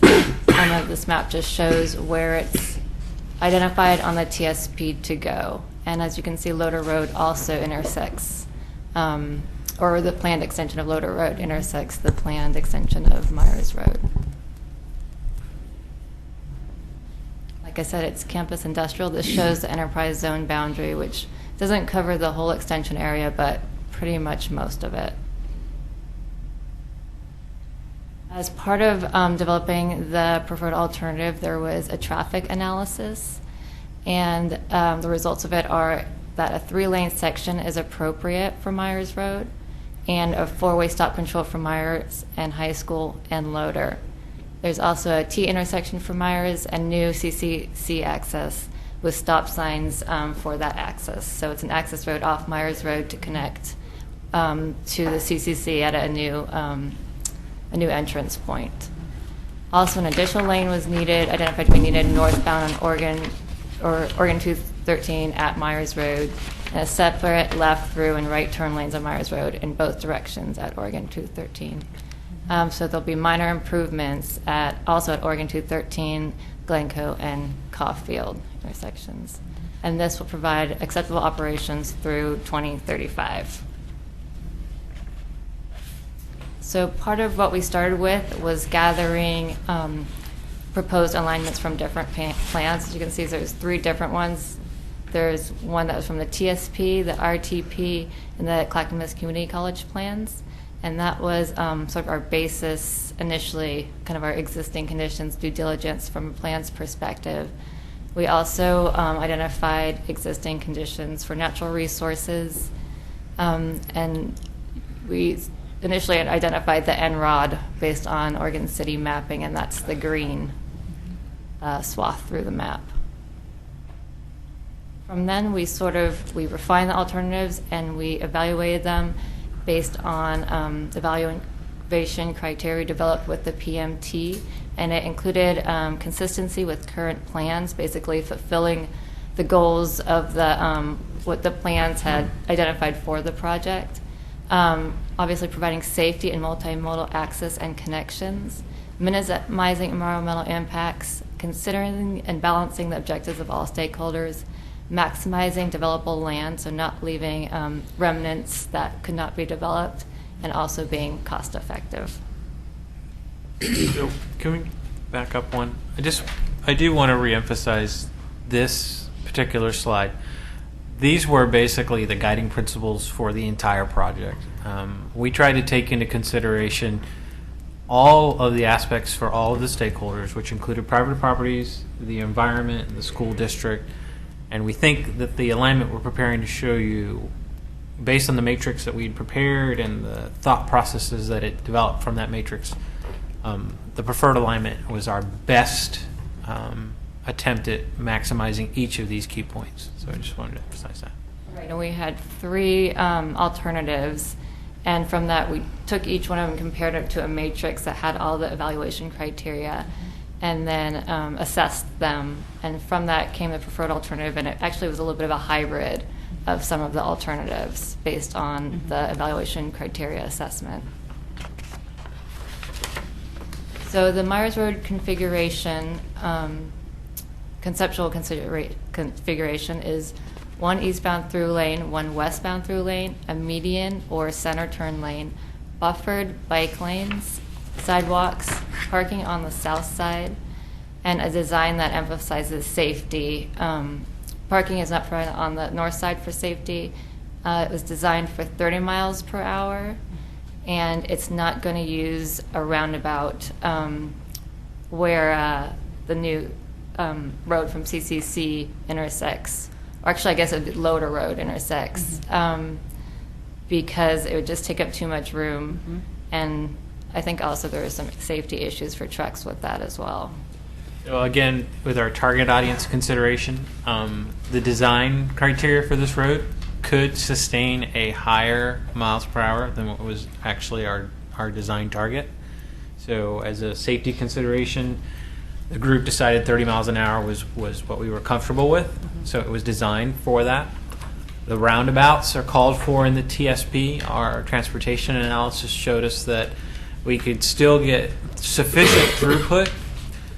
We wouldn't be gaining any of the capacity benefits that you get from a roundabout, and we'd be minimizing the impervious area that would be required, because while I'll be the first to agree traditionally a roundabout is much more efficient, it also requires much more land, so we were conscientious of that.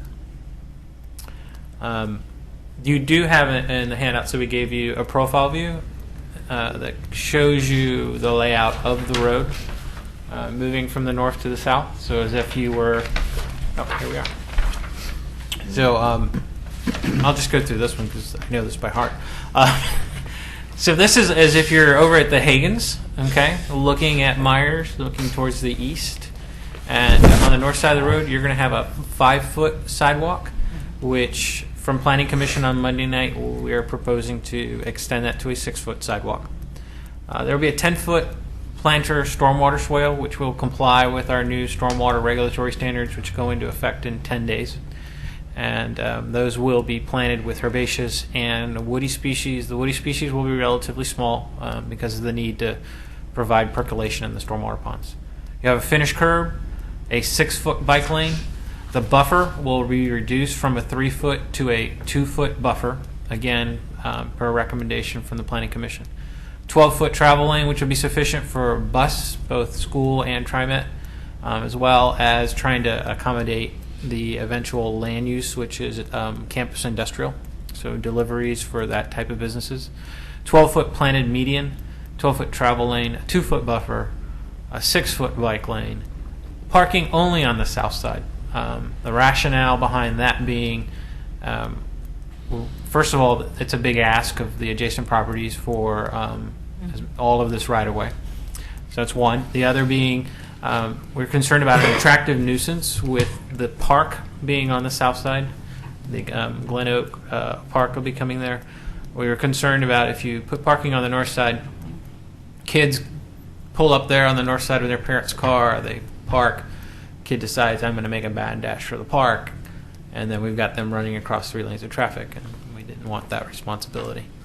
That's followed by a 10-foot planter swale, 6-foot sidewalk, and that's the end of the right-of-way ask. And I'll hand it back to you. Could I, just specific on this? Yes, sir.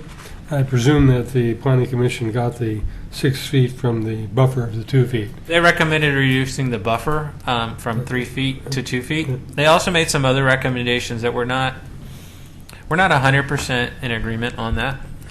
But in regards to the reduction of the buffer and increasing the sidewalk, we do see it actually was a deliberation point during our planning sessions, and it was something we were prepared to concede. We're not the planning commission, but you know, with the separation you have with the pedestrian from the road there, the bike is a greater risk than the pedestrians are, and I don't know if that entered into the conversation at all, but I probably did. But well, in terms of impervious area, it doesn't increase any the total. I wasn't thinking of the impervious area. I was thinking of bike safety. Safety for the biker. Yeah. Is that something still in deliberation, or is that something that's basically been approved by? So we've seen variants on this bike buffer that range from 2 feet to 3 feet. We've not seen anything larger than 3 feet. We have seen them slightly smaller than 2 feet. This is a first deployment of this this pattern within the city. We don't, within the group, but we didn't see any objection to reducing it to 2 feet. We did see, and even during our own discussions, 5 feet is a little narrow for sidewalk, especially if you have 2 individuals walking abreast, and then you have somebody coming in the opposing direction. Somebody's going to have to step aside, especially if one of those people's got a dog or riding a bike with their kid, and you start having some potential conflicts. To be honest with you, it was something that when we came in here, we knew if we have to make some concessions, this was something the planning group, not just myself, but the PMT, I believe Bob will concede, we discussed this. It was something we were ready to concede. We were wondering what the input from other parties would be.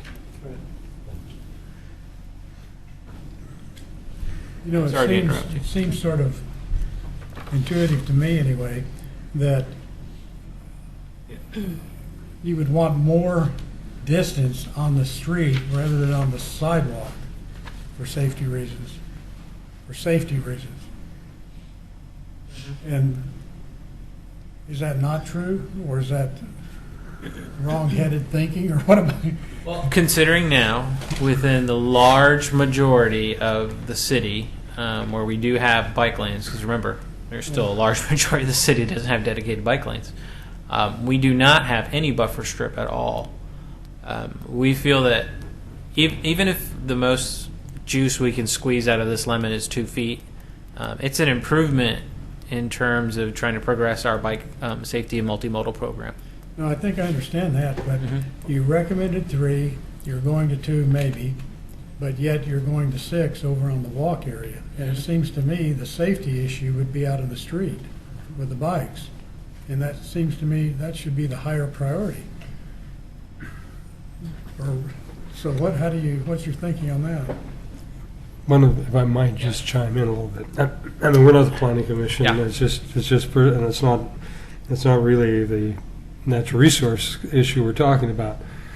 But I think on both sides of Myers Road, in terms of the area you're dealing with, is predominantly industrial. Now, there may be students that walk to school there and students at the college that use it, but I don't know it's going to be that big of a pedestrian use, but I can see it could be a big bicycle use area. So what I will draw out to each of you is we are listening to all the parties, and we want to hear what the community's preferences into this. Like all things, I like to throw it to the lawyers who make us put this little clause down here in the bottom right-hand corner of that slide that says this drawing is proposed street section that's subject to change as required. So it is a proposal.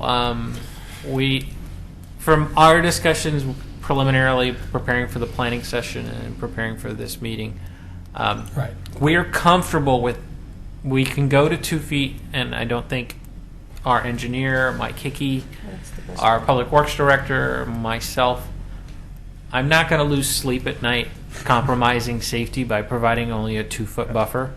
And I do have concerns that a 5-foot sidewalk is a little slim. Our current standard is traditionally 6 feet. It is a give that I think we are prepared to make and sort of compromise with, listening to the community.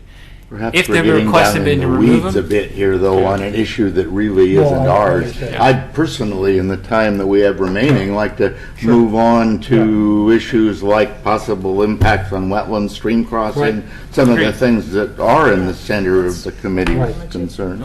I'll hand it back to our friends here at the Times. I think I'll skip over this because Martin went over project coordination pretty well. So also we're coordinating the project with other projects that are moving forward, such as the new park and the new school district bus facility, and the road. The alignment was developed to tie into the alignment that's been determined for that initial portion that fronts the park and the school. Implementation will be about 5 to 10 years out. The frontage along the bus facility will be built first, and the city will pursue grants from federal, state, and regional sources to fund the project. So just as a summary, it provides strong bike and pedestrian connections. A narrow footprint was identified to minimize impacts to property and natural resources. And like Martin said, the 30-mile-per-hour design was a priority for safety purposes as well. There's access to the CCC, multimodal access, and intersection improvements. And it will foster job growth and has been designed to minimize impacts to environmental resources. So this is the preferred alignment with the NROD boundary under it. And I'm sure you're all familiar with the NROD and its purpose. So it's gathered from maps, and it's basically a planning level GIS maps. But then it can also be delineated once a development is moving forward with the buffer zone. I'm sure you're all familiar. But generally, it only protects water features such as wetlands and streams, rather than it doesn't really include protections for upland habitat. So it's, like I said, an approximation of a buffer from a water resource. And when a project gets closer to implementation and further in design, then those resources are delineated on site. So once the project is further along, then exact regulatory requirements will be determined. And then I will turn it over to Ethan, who did our natural resource reconnaissance. Yeah, thank you. So with Ethan, what's your last name? Rosenthal. Rosenthal, okay. Yeah. So also with David Evans and Associates, and I'm an ecologist. I'm going to jump back real quick to that map with the NROD overlay. As Annika mentioned, the green you see there, that's kind of the planning level map, developed probably a long time ago, or quite some time ago. And as we all know, things change, and that's why we look at this at a planning stage, and then we kind of do the site level reconnaissance to kind of see what's really truly there right now. And we did see, I did a reconnaissance of the site, kind of walked through, had access to most of the properties that you see on this map up here, and was able to walk around quite a bit of it. And so that's what this map shows, and I'll kind of help walk you through some of these colors up there. So I guess first thing I want to point out is, there we go. Okay, so I don't know if you look up there, you can see if you kind of follow the pointer, this stretch through here, that's where the city's NROD mapping from that previous map shows a stream corridor going through. Mm-hmm. And what I found was that there are wetlands up here. So let me jump through some of the coloring.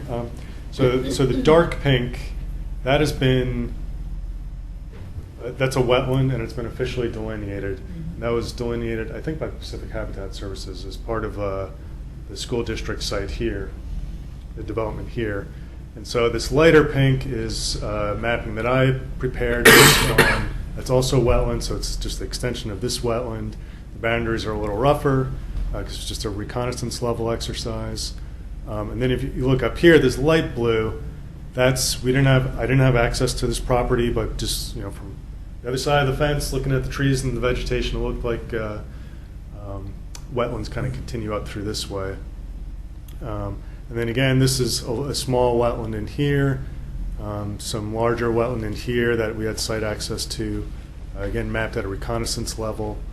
And then these little blue guys, these are, I did have site access, it was a quick look, and they're really marginal right on the edge of what might be considered a jurisdictional wetland. So we probably want to do a more detailed wetland delineation. But importantly, the stream corridor through here is no longer existent.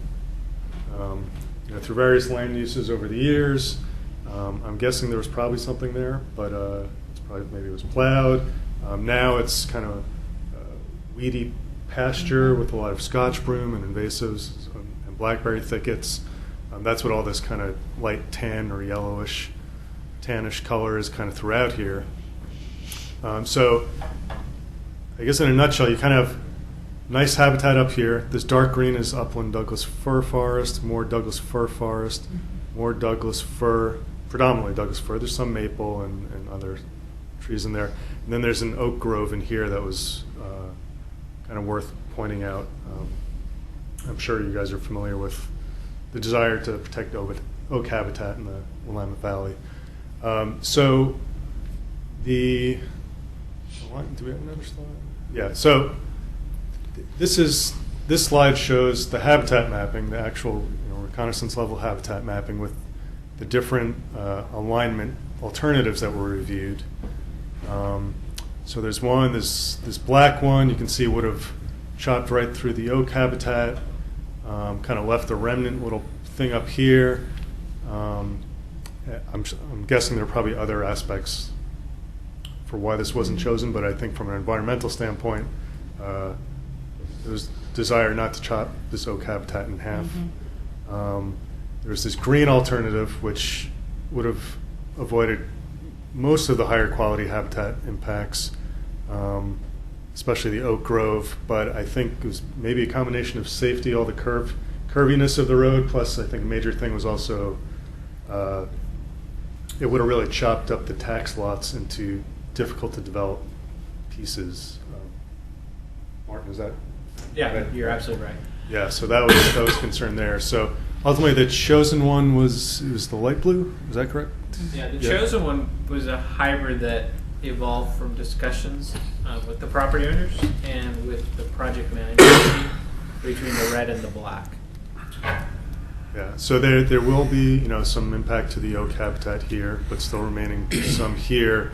And again, Annika pointed out that the NROD that protects the stream corridor, so wetlands, a stream, and a buffer around that, and since most of these areas, at least where the road would be going through and these other areas, you don't really have steep slopes until you get to this area. The buffer is typically going to be about 50 feet.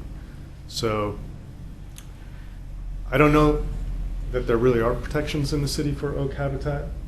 So I don't know how that gets handled or not.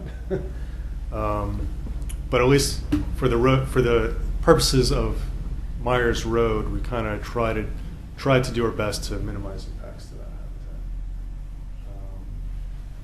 habitat. And I think it's important to note the blue hybrid that we went with. What we did not want to do is with that oak habitat is create a remnant isolated piece.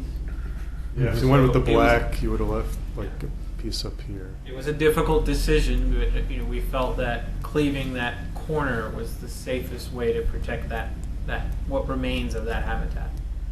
The green would have minimized all of the impacts or the majority of the impacts to the highly desirable environmental areas. Safety-wise, it failed almost every criteria that we had for the road. Was there something between the red and the green? Just like moving the blue up just a little ways? You started getting into the same issue. To avoid the oak? Yeah. There's also a tower there. Yeah. Oh, that's a very good There's a BPA corridor. Go back one slide and you'll see the BPA. Yeah, power tower. A couple slides. Yeah. Yeah, they're BPA corridor. Oh, yes, okay. So, I see it on here now. Interestingly, the school district asked us if we could bury those lines, and the answer is no. That's hilarious. Did they really? Yeah, their attorney asked us to do that, and Oh, their attorney, that explains it. yeah, I looked at him and go, no. Thank you for asking. Yeah. So I think this was the last. Yeah, that was the last slide. So I don't think you physically can bury those. Wow. Okay. I've seen private landowners near Aspen. Really? Yep. Okay. Big ones. So yeah, that's the Yeah. end of the presentation. Okay. I don't know Could if I you ask have you about the questions. oak grove? Could you comment on the age structure of that? I'm not a forester, but just they look like pretty mature oaks. Well, I guess say 80 years old. Right. Underneath in the understory, there was a lot of invasives, I think like shiny geranium, some blackberry, although a lot more blackberry when you got into the Douglas fir forest here. But then there was, some like there was some camas, some fawn lily in there, so there's some nice wildflowers underneath there. So it's kind of a mix. No saplings or new growth. I can't find any. I've been out there. It was a while ago now, Yeah. and I was trying to really cruise through all this. Sure. Okay. They look like big ones in the picture. Any other questions? Yeah. I'll direct it probably to Tony. Okay. In terms of development, to what degree could that oak area be protected from development? Do we have anything on the upland side of our? We do not. It would be the tree mitigation standards that we have in place. So there is no upland overland district. We rely on the natural resource overlay district for stream corridors of wetlands, but nothing for uplands. I'm just wondering if a deal could be brokered. This is part of the Bird property, is it? Down there? That is part of the Bird Emmett property. Whether a deal could be made in terms of mitigation of some of that. It looks like it's primarily scrubland down below there. Is that right? Or are there mature trees down in the green? So this area is Douglas fir forest, but there are like large patches where it does get scrubbier. Yeah. It's pretty coarse mapping. In terms of mitigation, should it come up a mitigation opportunity there that you could perhaps snag some of the property next to that oak and have that as a mitigation area for planting of additional oak and a piece of that property. And I don't know if there's anything you can do from the What are you talking about? Well, you've got that little sliver, for example, on the This south area side right of the here, blue. Richard, which would be what he's asking about, anything to do to protect this Yeah, Or mitigate that, or mitigate that. Or mitigate it even outside that area. That is, whether it be possible to have oak plantings outside that area. The ideal in the mitigation requirements is obviously on-site first, then you can go off-site. Yeah. So there are those opportunities, a little different here. Usually that's related to a private development. Right. This is a public road across private property, of which we're either negotiating for that access. So it's certainly something that can be negotiated. The fact of the matter is they need to be mitigated somewhere. Yeah. So basically that Can area. preservation be used as mitigation? Like if you have that nice stand, rather than, if the birds were okay with, tying up that remaining oak grove, could protecting that. I think it's considered something we could look at. mitigation We run into that mainly in our subdivisions. Yeah. Property rights. I'm gonna move the house over an extra 10 feet. I'm gonna put a preservation easement on this tree, and it's a 24-inch oak. You do get a certain amount of credit for that, and so it is in our code. I've never applied it on a road before, so we can certainly look at that. So basically, the area either side of this, except for the power structures, is developable land. Is there a topography map in this one? Well, that bird property that we're talking about adjacent to that is the power lines. So the map that you guys have That the lawyer wants have on the ground. topography. This is the best overall site plan that we have. And essentially all of these properties, from our discussions, and Tony, correct me if I'm wrong, these are developable lands, and they do, including the Keith property, the Saunders property, the Berg property, and these remnants that would be created by the school district or by the community college, are all inside of the economic incentive zone. Okay. So the private properties are campus industrial, the college is institutional. As to, so yes, they're developable. Where and to what extent, I don't have an answer. Until we do a delineation, there are some slopes in there, especially on the Berg piece down by the creek, where you're probably getting into steeper slopes that may impact the developable acreage. But up along 213, certainly high, dry, flat. Portions of Saunders property, obviously, flat or more accessible. And I think it depends on, once we get into those properties, we do more detailed studies as to what exactly is the developable area. Okay. And that would be a responsibility of the private property owner when they come in for the land use process. Right. It's not something that we addressed at this concept level plan. Now, I assume I'm going to come to Loader Road, if I might, and I assume the interest in Loader Road extension is it's going to connect industrial lands to industrial lands. Is that the primary reason for that Loader extension? And then just improving the circulation in this part of the community. It's very limited. And the buses are going. Correct. So Loader Road is now located along High School Lane as part of the Land Use Association the decision with the bus facility, transportation facility. And this study didn't look at, obviously, as you go north from High School Lane to Loader Road to where it's going to intersect on Beaver Creek Road, there are wetlands and streams in there as well that we will have to address when we get to that point. But this has been mainly focusing on the Myers Road extension. All right. You had a question earlier about wetlands? Yeah, so back up to that one. I mean, I realize that this is kind of early days of the design, and that to some degree asking you detailed questions, you really haven't gotten that far in the process yet. But I mean, from what I can see, there's going to be at least one stream crossing culvert planned, and probably some at least minor impacts on one or more small wetland areas from what you laid out. So I presume as this moves forward, there will be the issue of how that wetland impact is mitigated as the design is developed, and the design for that culvert or that stream crossing as well. And certainly my 2 cents worth is at this point I'd like to see a natural bottom culvert design when one gets to that point, which is essentially the same thing as a very tiny arched bridge, of course.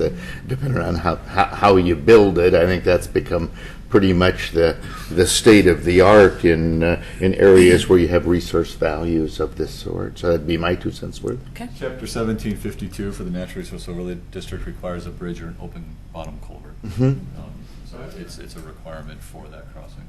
I was going to say, so we've got this wetland right here, and I think that's, again, we're talking about the blue alignment. Right. So we could be potentially clipping part of that wetland.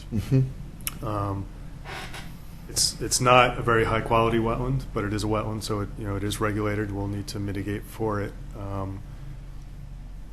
As far as the drainage, there really isn't a drainage through here. I mean, that's no longer present. Or it's intermittent anyway, you mean? There's nothing. Yeah. There's nothing. There's no channel whatsoever. I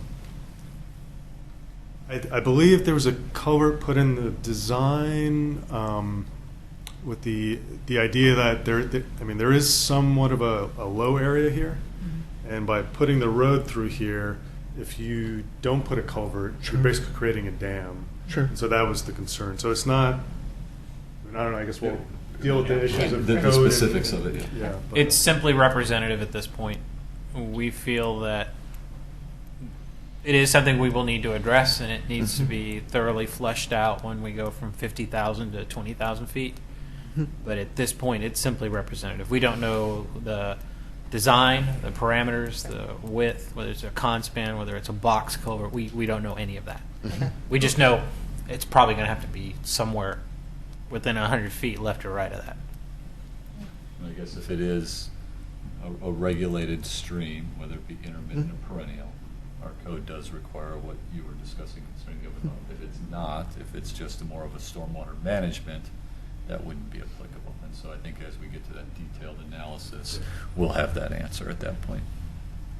Essentially with this concept level, because I've had this question come up, why are you going through all this trouble for not answering a lot of these questions? It sets us up for grant opportunities, gives us a dollar target amount of what we're trying to shoot for, starts to answer a bunch of questions that we need to answer in order to try and bring partners to the table and say this is what we're asking from everybody.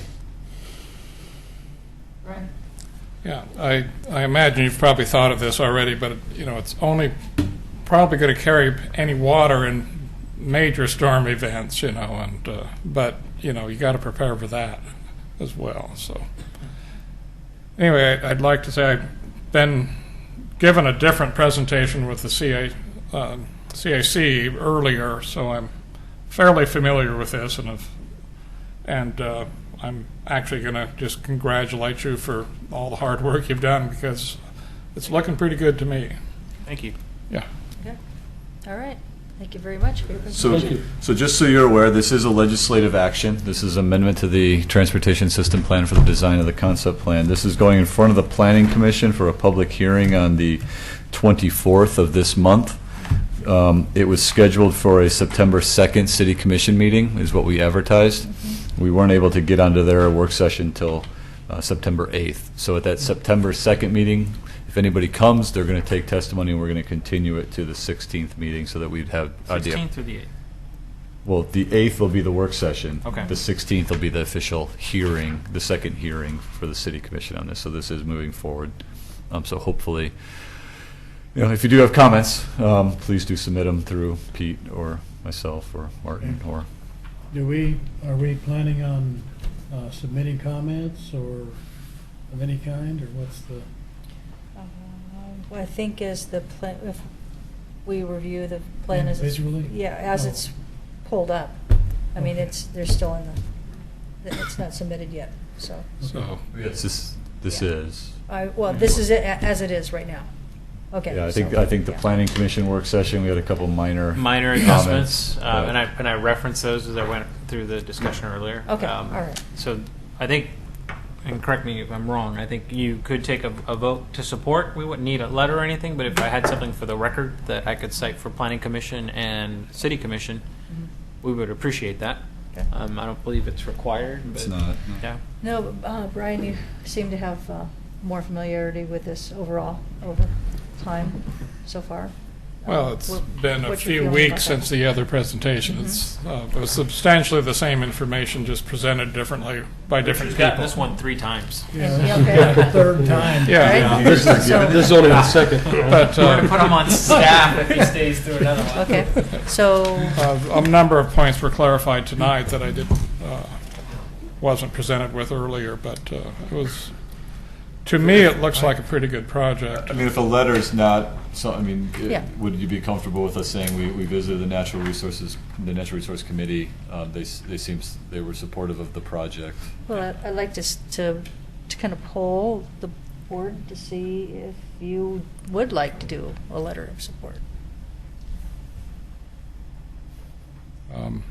I'd be comfortable with a simple statement like he was mentioning just Okay. now. Just now, okay? I don't believe we Just need wanna a make formal sure. letter of support. If we, I don't. I know, it doesn't, I If- know, yeah. Mainly, but- is there any objection to the project? No. That's all I need to know. I think I will make a motion that this plan has been presented to us. We feel that they've taken the greatest effort to deal with our natural resource overlay areas in their planning of the facility, and that they also accounted for the development needs, and we think they paid great attention to that effort and put that as the motion. I second that. Okay, it's been moved and seconded. Is there any discussion?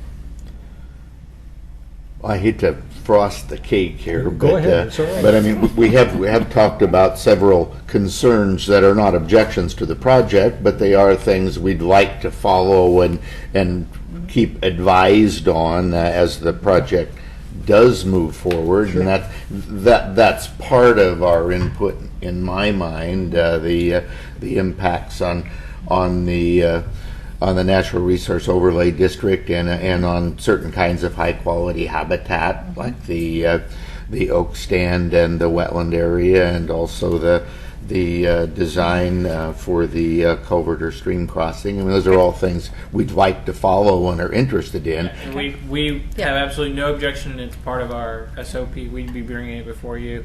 I can tell you, it might be 5 to 10 years. Understand. But we do have it planned that when we move forward on this, we'll be as open with this concept plan as we are with any further designs. Okay, and since those parts are not part of the motion, I think we're okay to keep them together. So I'm going to call for the vote then. So all those in favor of the motion as described by Doug, indicate by saying aye. Aye. Opposed? Okay, unanimous. Right. All right. Thank you. All right, thank you. Last item will be the I'd just heritage like tree. to thank, I wanted to say, I really appreciate the efforts that have gone on in presenting this plan to various organizations, not only ours, Yeah. but I feel that there has been a concerted effort on the part of the Planning Commission to really involve us in these kinds of development procedures, and I'm not sure that the Natural Resource Committee has always felt that way, but I'm pleased with the relations that we're developing with the Planning Department and Public Works Department as well. And just wanted to say thank you. Yeah, I would like to also say that I have heard Martin present this a couple times, and I think he did a wonderful job of bringing this down to where the audience that he was talking to. Richard, you're making me blush. I know. Thank you. And I'll pick up my $5 later. But that the audience that he was talking to understood exactly what was going on. It was just very good, very good. So Thank you for that. I That's very appreciate kind. that. And I appreciate you taking your time to come down as well, and Mr. Cochran also. I was going to refer you, when I was thinking, hearing about the Clackamas Cove project, I was thinking, have you talked to David Evans? Have you talked to David Evans? They'll help you out. Oh, they're in the room. Great. Well, thanks for Yes. sticking Yeah, around. so thanks for sticking around. Okay, and we have one more item. The tree. We have Is that time sensitive? Does that have to be done this month so that we can get it in time, or can it be put off till next month? we could Is that postpone complicated this. though? Is it complicated? No. No, it's No. pretty simple, you know. Yeah. Okay, should we just, I can go ahead. okay, we've already, have we read it? Have read the proposal? Okay. Yeah. Is there any It's a- objection to Nope, go going ahead and moving forward then? Okay. Since no one's here to present, I think that's Right. fair enough for the recommendation.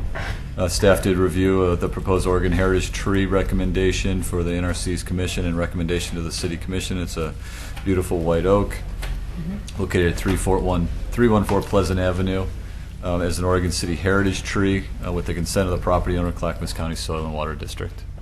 Pictures and descriptions from both the nominator, who is a neighbor, as well as the property owner included in your packets. And I'll move to approve. I mean, do we do approval? I guess we are. So you're making a recommendation to the city commission. I move to recommend to the city commission the designation of this tree to the heritage tree. I'll second that motion.